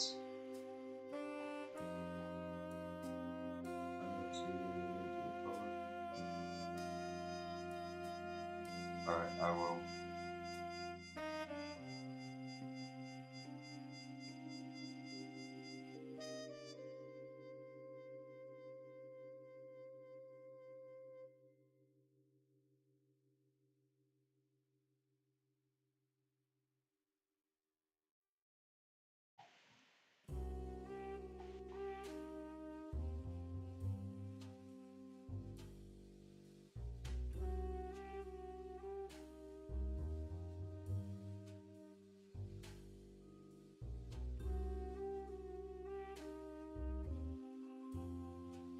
Still calling it twice. What the hell is wrong with this thing?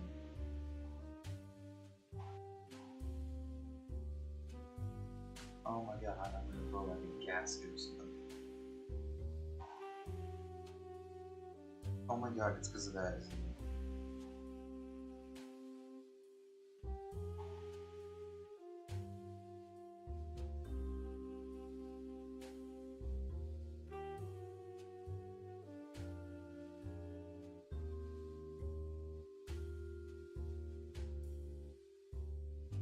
I throw an arrow though, watch. Once, no? Finally, I got to once. Great. Now all that means is now I gotta go to my code, copy this one, place it down here, copy this one.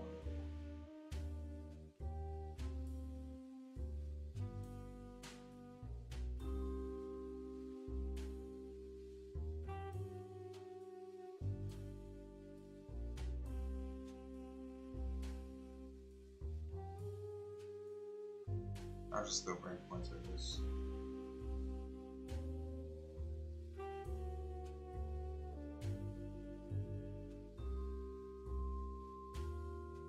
Okay, but I'm actually gonna make these custom so I can make sure that they control.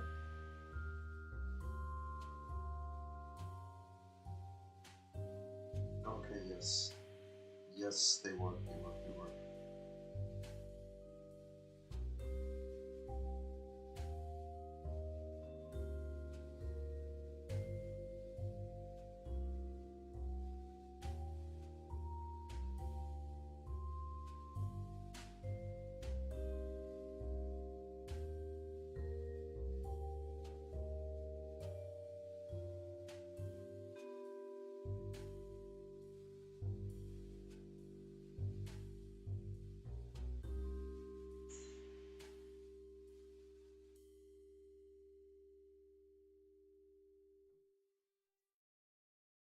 Oh, I hate that I did that. I hate it so much.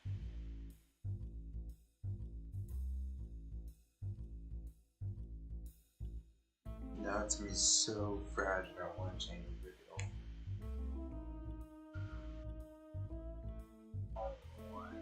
It's... Whew.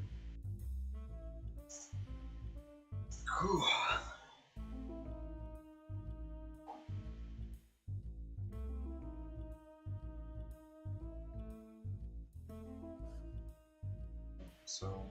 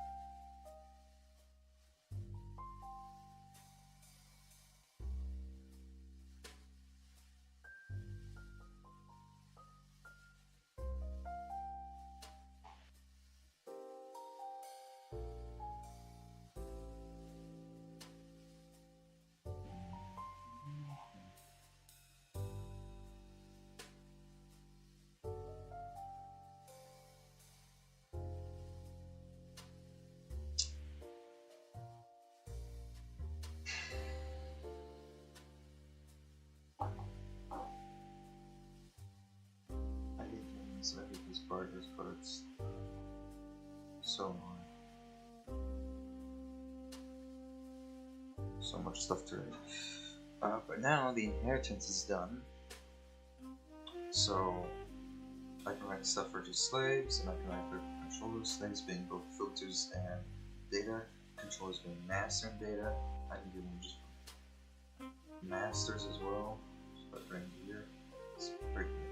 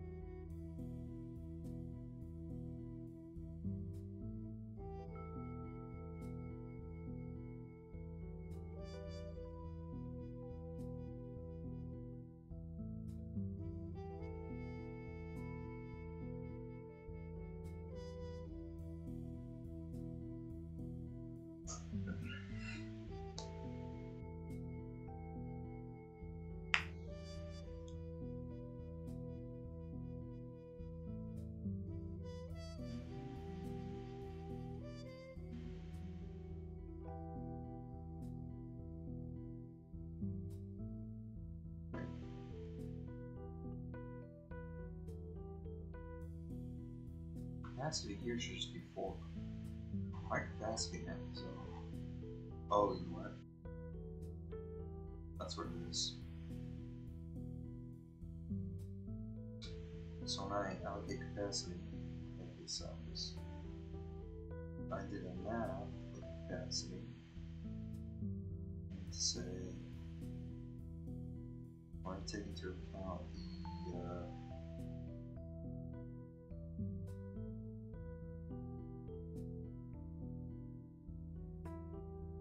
insert data capacity times capacity multiplier. Trying to cast these into floats. And right now, I'm going to cast these into floats.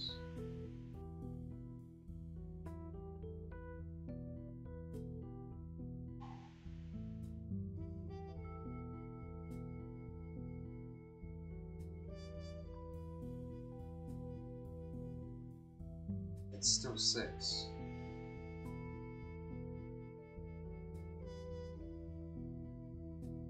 And then 1 times 1.5. 1 plus 2. And 2 does plus 1.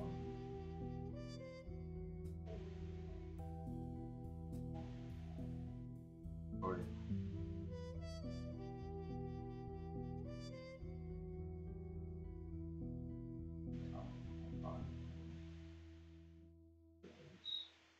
yeah, it should be 4. Why on earth is it not? It's not computing it. It's like.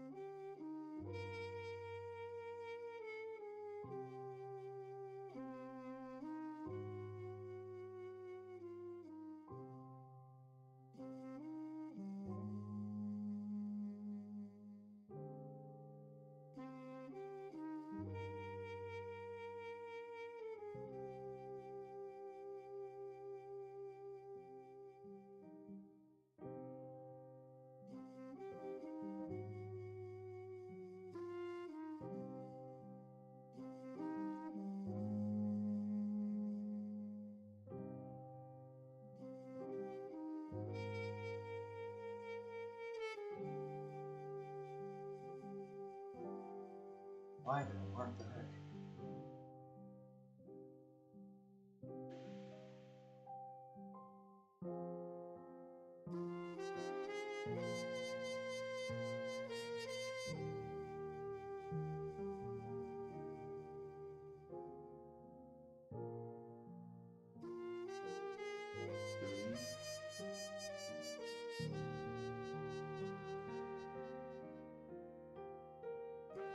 Offset? What is offset? Offset is 3. So capacity 1. It's 4. Okay. So it should just be allocating. So I need to go with offset 3 plus count 1. That's 4. It does in capacity multiplied times 1.5. Oh, wait, what? Oh, I guess that makes sense, yeah.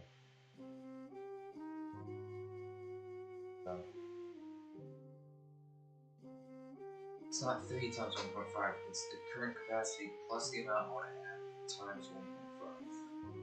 I don't know what I was thinking before. Okay, it all makes sense.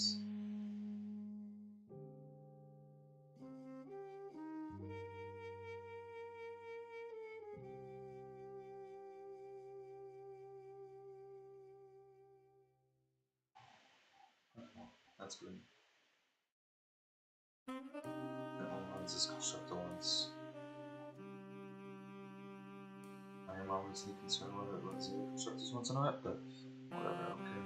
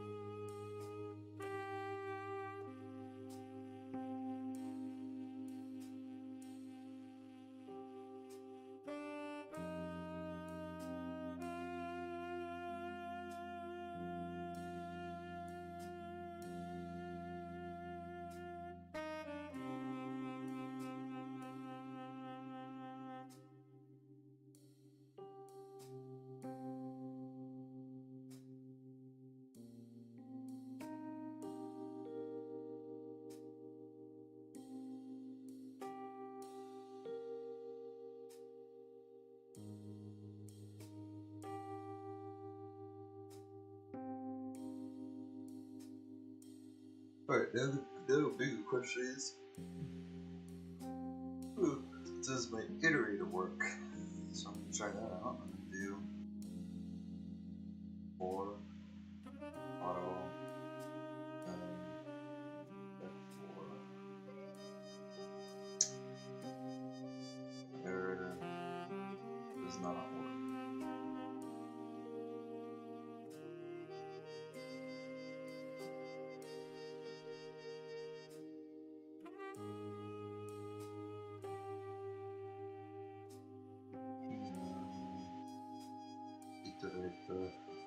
Iterate. So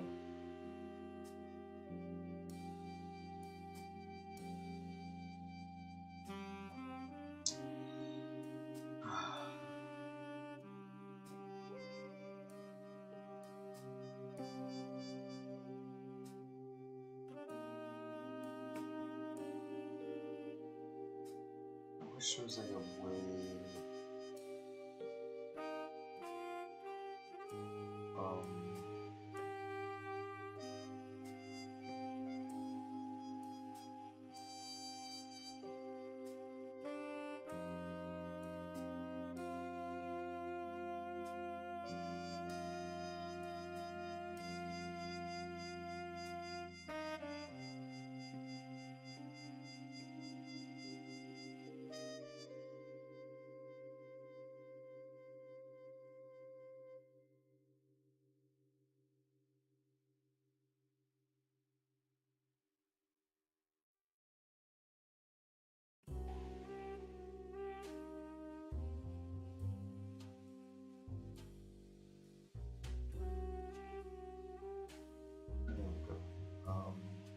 How to make your iterator C++.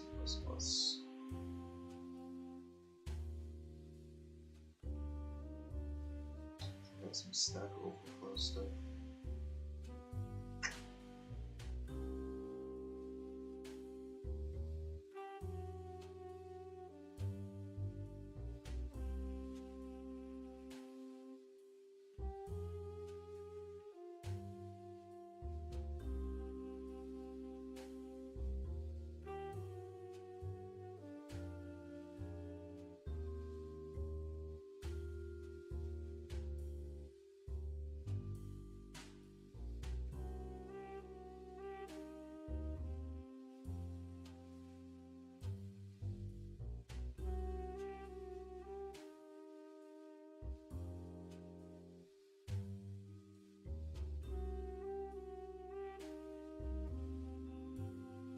Oh wow.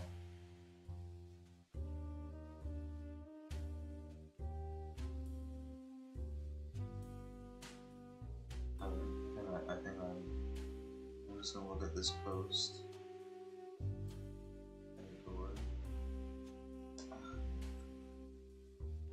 also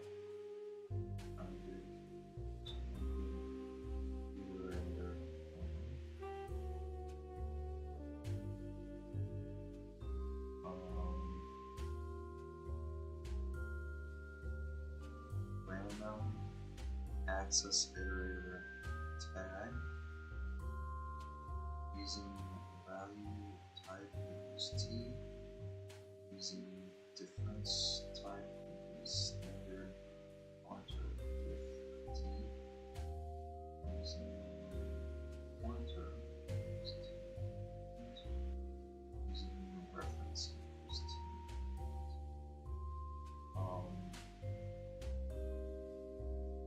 So I should probably change this to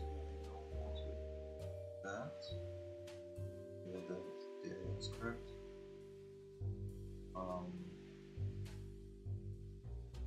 I'm just gonna copy all this code. This is a lot of code.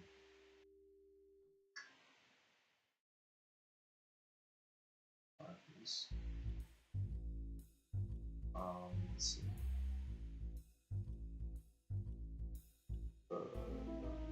So dereference, pointer access, prefix increment, postfix increment.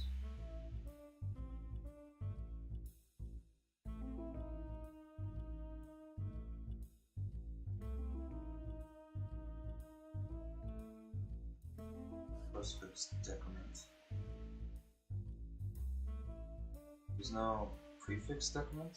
Oh wait, no, let's skip that. So random access, comparison operators. That's not too much.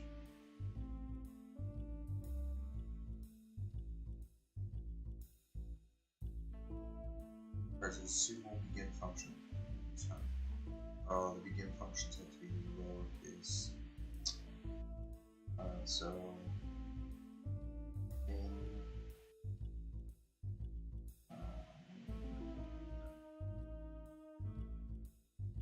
oh, so maybe it worked before.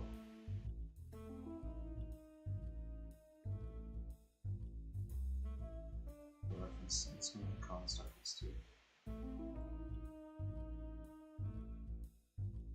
Is that actually going to print wonky? I just need to add a bunch of operators. That's kind of cool. All you need to do is add a bunch of operators so that you have a BA main function inside your data type. That's actually not that bad. That's pretty good. I don't know what anymore. Oh, that means I can probably write it for my other pieces of data as well. Or maybe if I iterate, maybe I don't. Sorry. Maybe I have a way to iterate over all the sub vectors. But I won't know which data type it is because each sub vector may be a different data size and data count. Oops. Data count doesn't matter so much, data size does.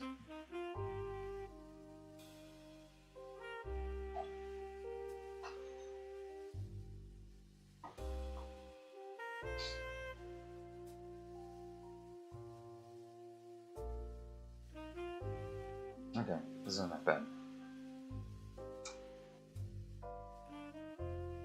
It's still hosted through here though, which is something I want to change.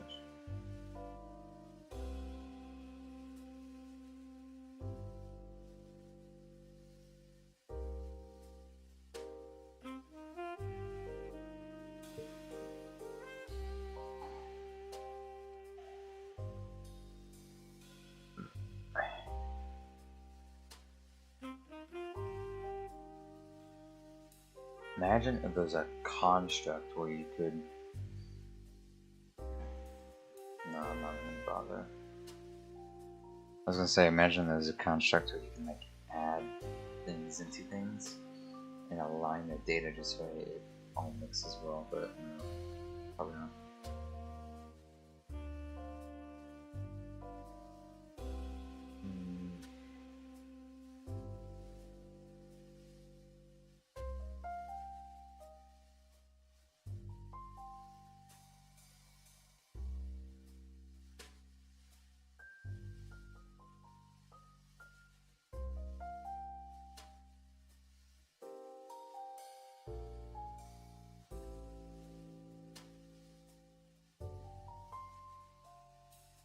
Okay, so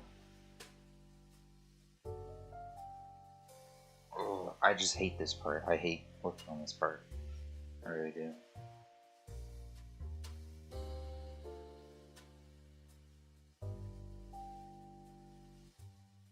I just wish I found my UI system. I really do. There's just so much.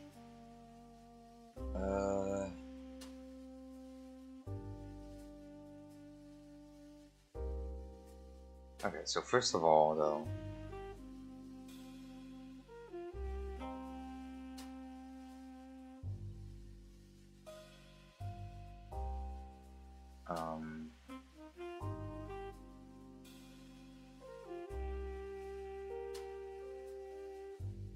control nested vectors are instead going to be it's going to be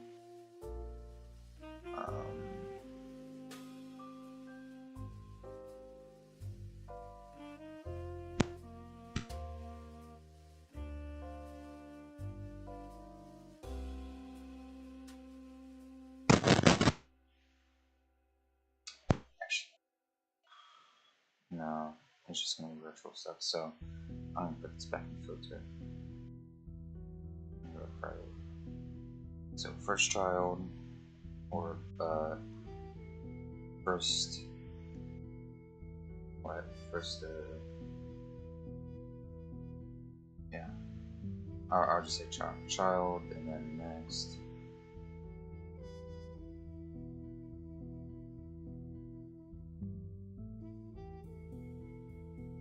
I don't think I need to care about previous for now.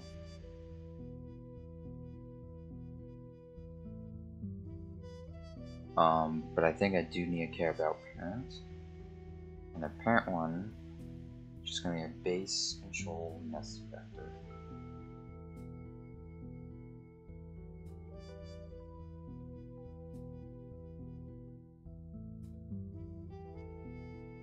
Which should mean I don't need this anymore. I can just do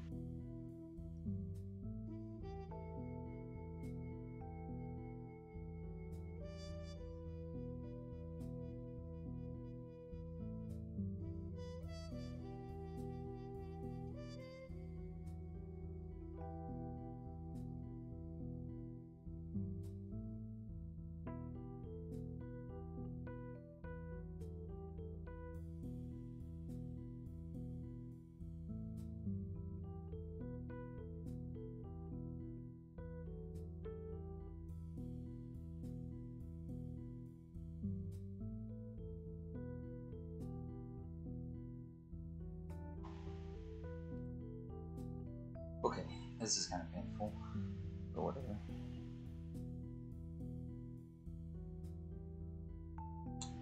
Alright, so whenever it calls to reallocate, so I need to make a list of rules on how it needs to work. So when I implement it, reallocating asks parent for the new size or capacity.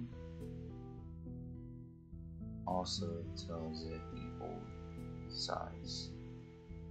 The parent will update a new buffer expected requirements and copy and use the copy commitments.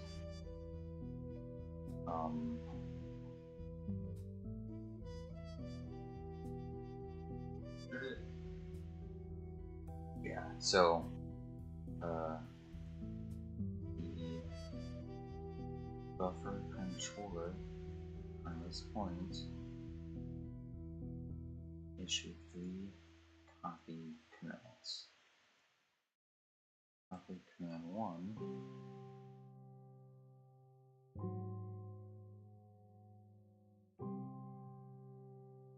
copies over all data before the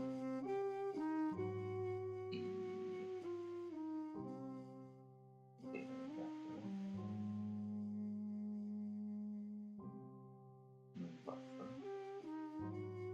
copy command 2.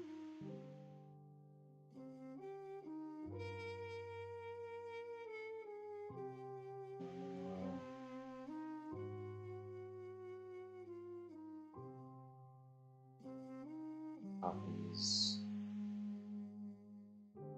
is over all the data after the data.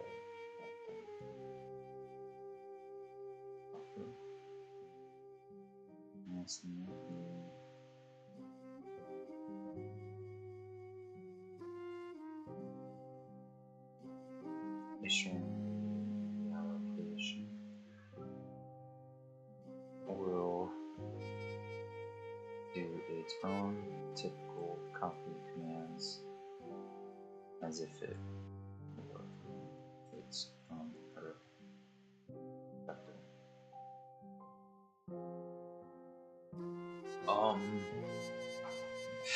My only worry with this system is on CPU. This is mostly fine if I like do a couple pushbacks, but I know for a fact on the GPU, like let's say I add in a bunch of little elements here and there.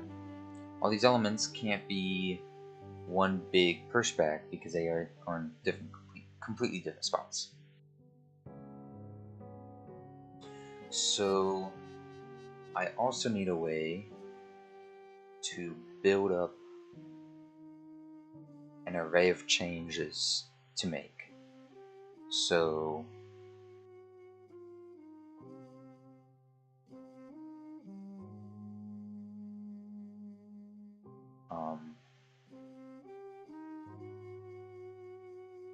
maybe keep a change log of all updates.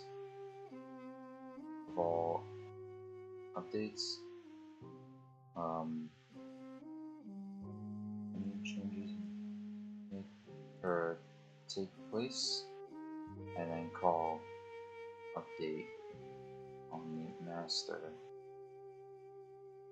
vector to issue all changes so it only reallocates for one buffer. And I might do something like that.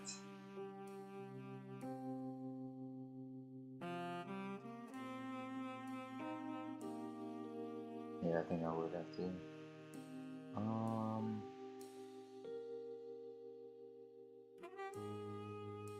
Yeah, I think that's gonna have to be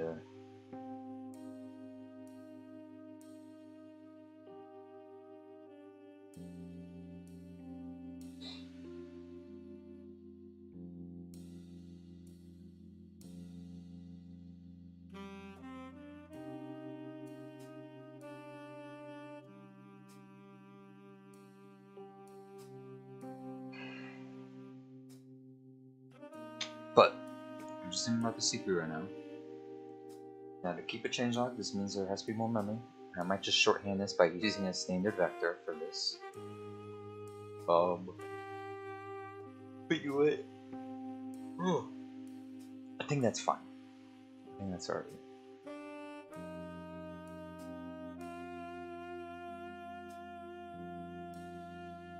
Yeah, I think that's fine.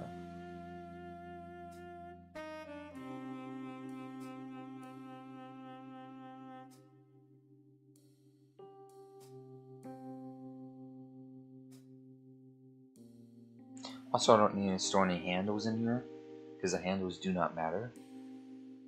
Well, actually, I lied. I might have to store handles.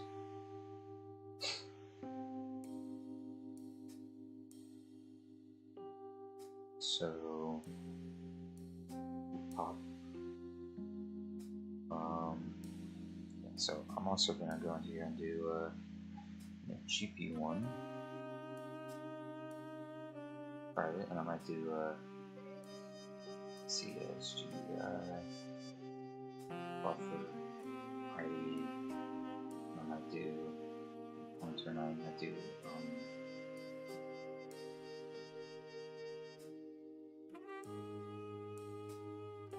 CS or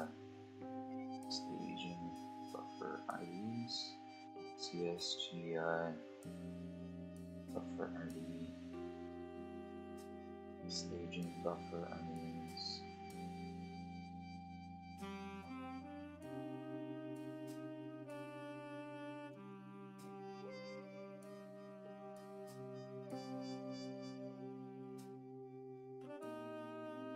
I'll just do an underscore. I don't really care about naming conventions right now. I'm just gonna, oops, I do need to do a prefix though. I might just call it,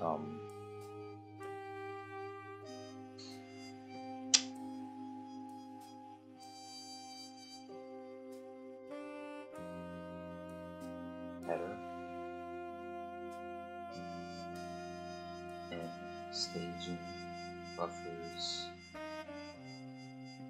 IDs, buttons, buffer ID, header. I'm gonna do another one that says data.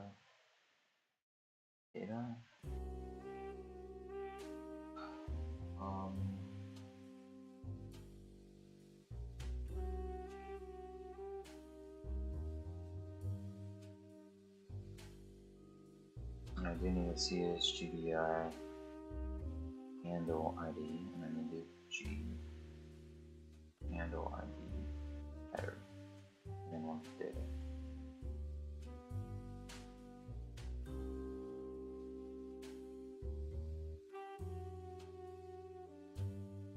And so we left that.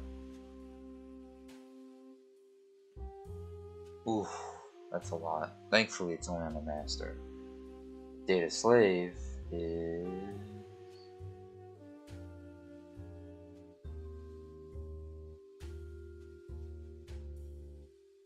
uh-oh. See if it can process this type of hierarchy. Oh boy.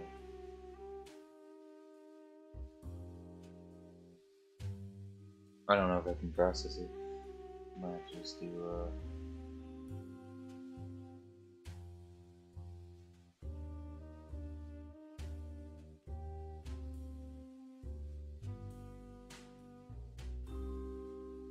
size of rack forward in the static size.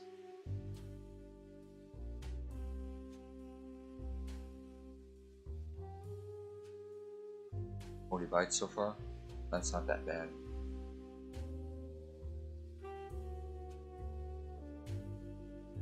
That's basically what the standard vector is now. That's pretty good.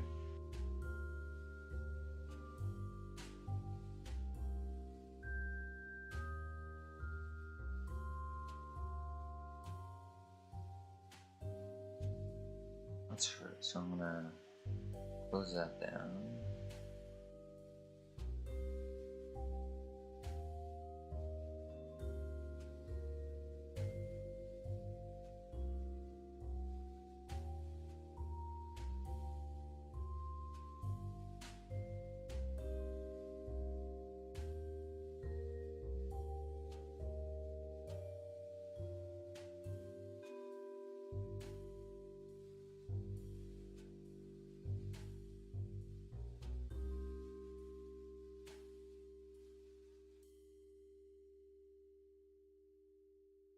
Since end data is local to the start of this current vector, I'm able to know just the implicit offset using the peak pointer, which is kind of cool if you think about it.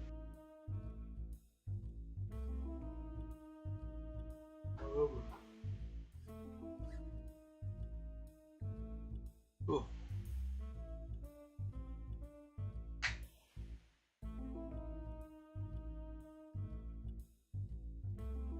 So master, so I need to do that base master, blah blah blah. I do void,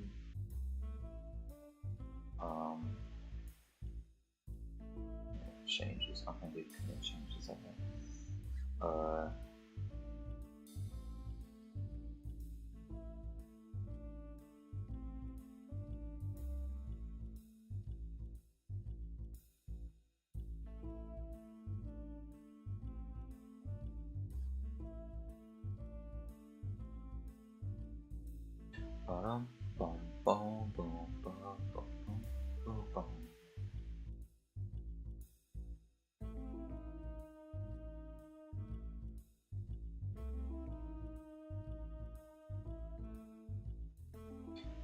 the change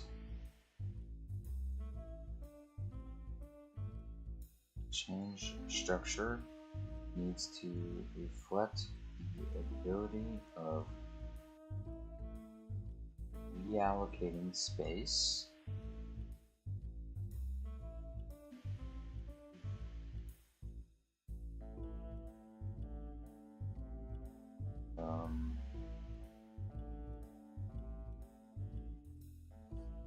is adding items and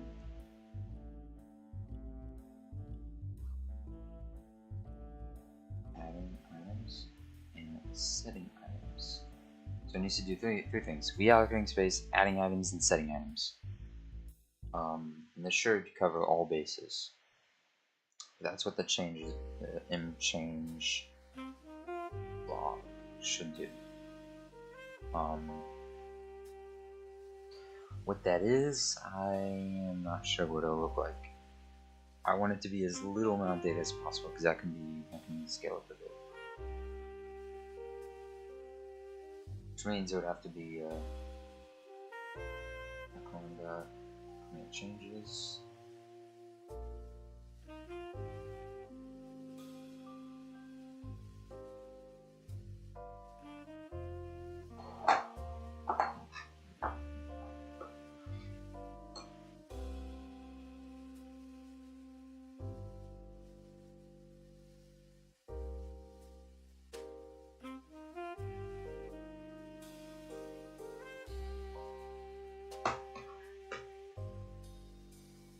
Okay.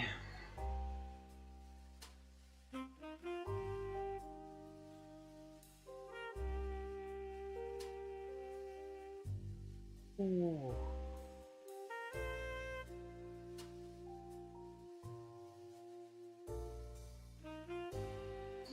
So doing the thing like pushback may require doing 2 changes to the code or to the memory.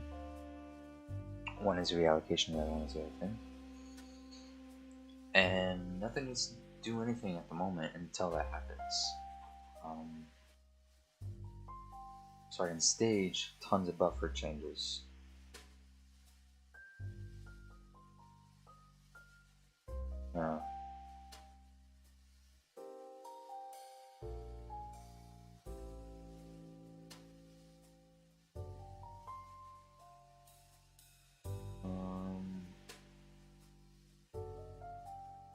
Now, if there's a way to do it asynchronously, so I can create the new stuff, and then only once it's ready, bam, swap it over. That'd be pretty nice. I wonder if there's a way to know when the GPU's ready to do something. Like, obviously you could just do like something with the semaphores.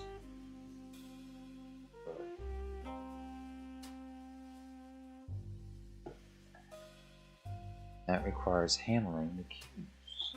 But the queues themselves aren't multi-threaded, so you can't do it asynchronously.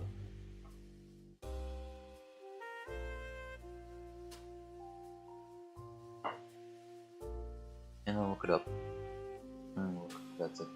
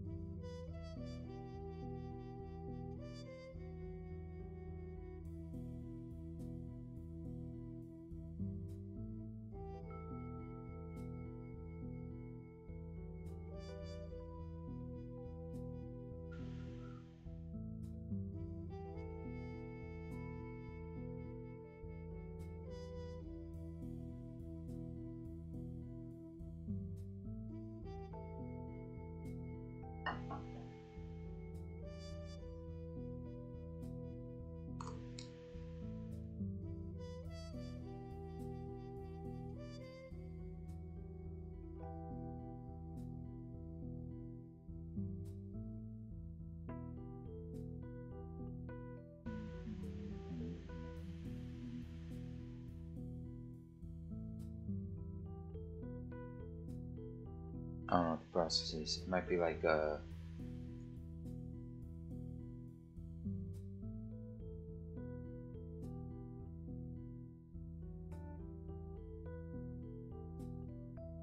don't know. I don't know what it would be. To synchronize it correctly, especially in triple buffering. I don't know.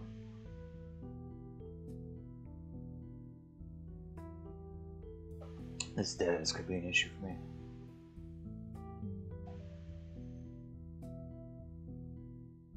Like, I'm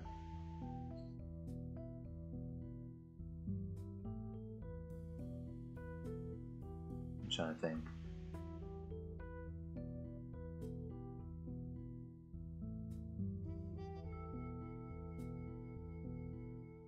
Maybe I do a wait operation, and then whoever uses it, I can write to it, and then do something. I think I'll figure something out. I'll need some way to sync it up.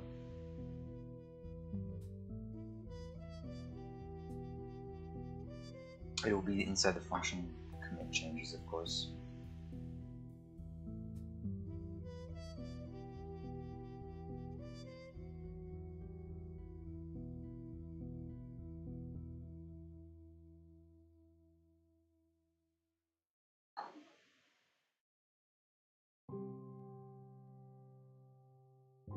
Trying to think. Whatever. Alright, so commit changes, I'll keep a change log of changes. Now I need to go into my code.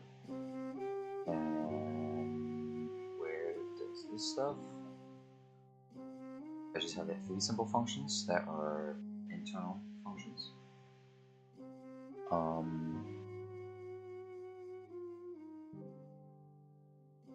And I'm going to comment these up for now. I'm just going to rewrite them. I'm commenting them out so I can reference them.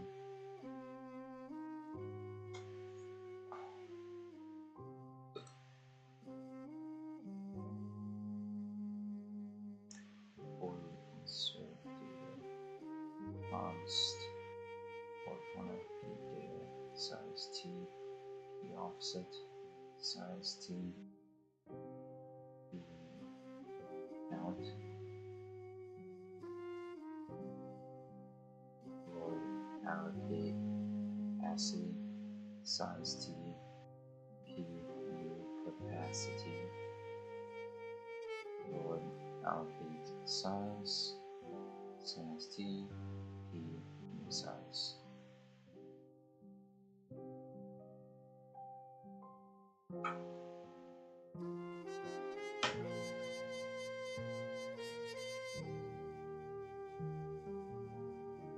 Alright, I think I'm done for right now for streaming. I'll continue developing on my own. Thank you guys for watching. See ya.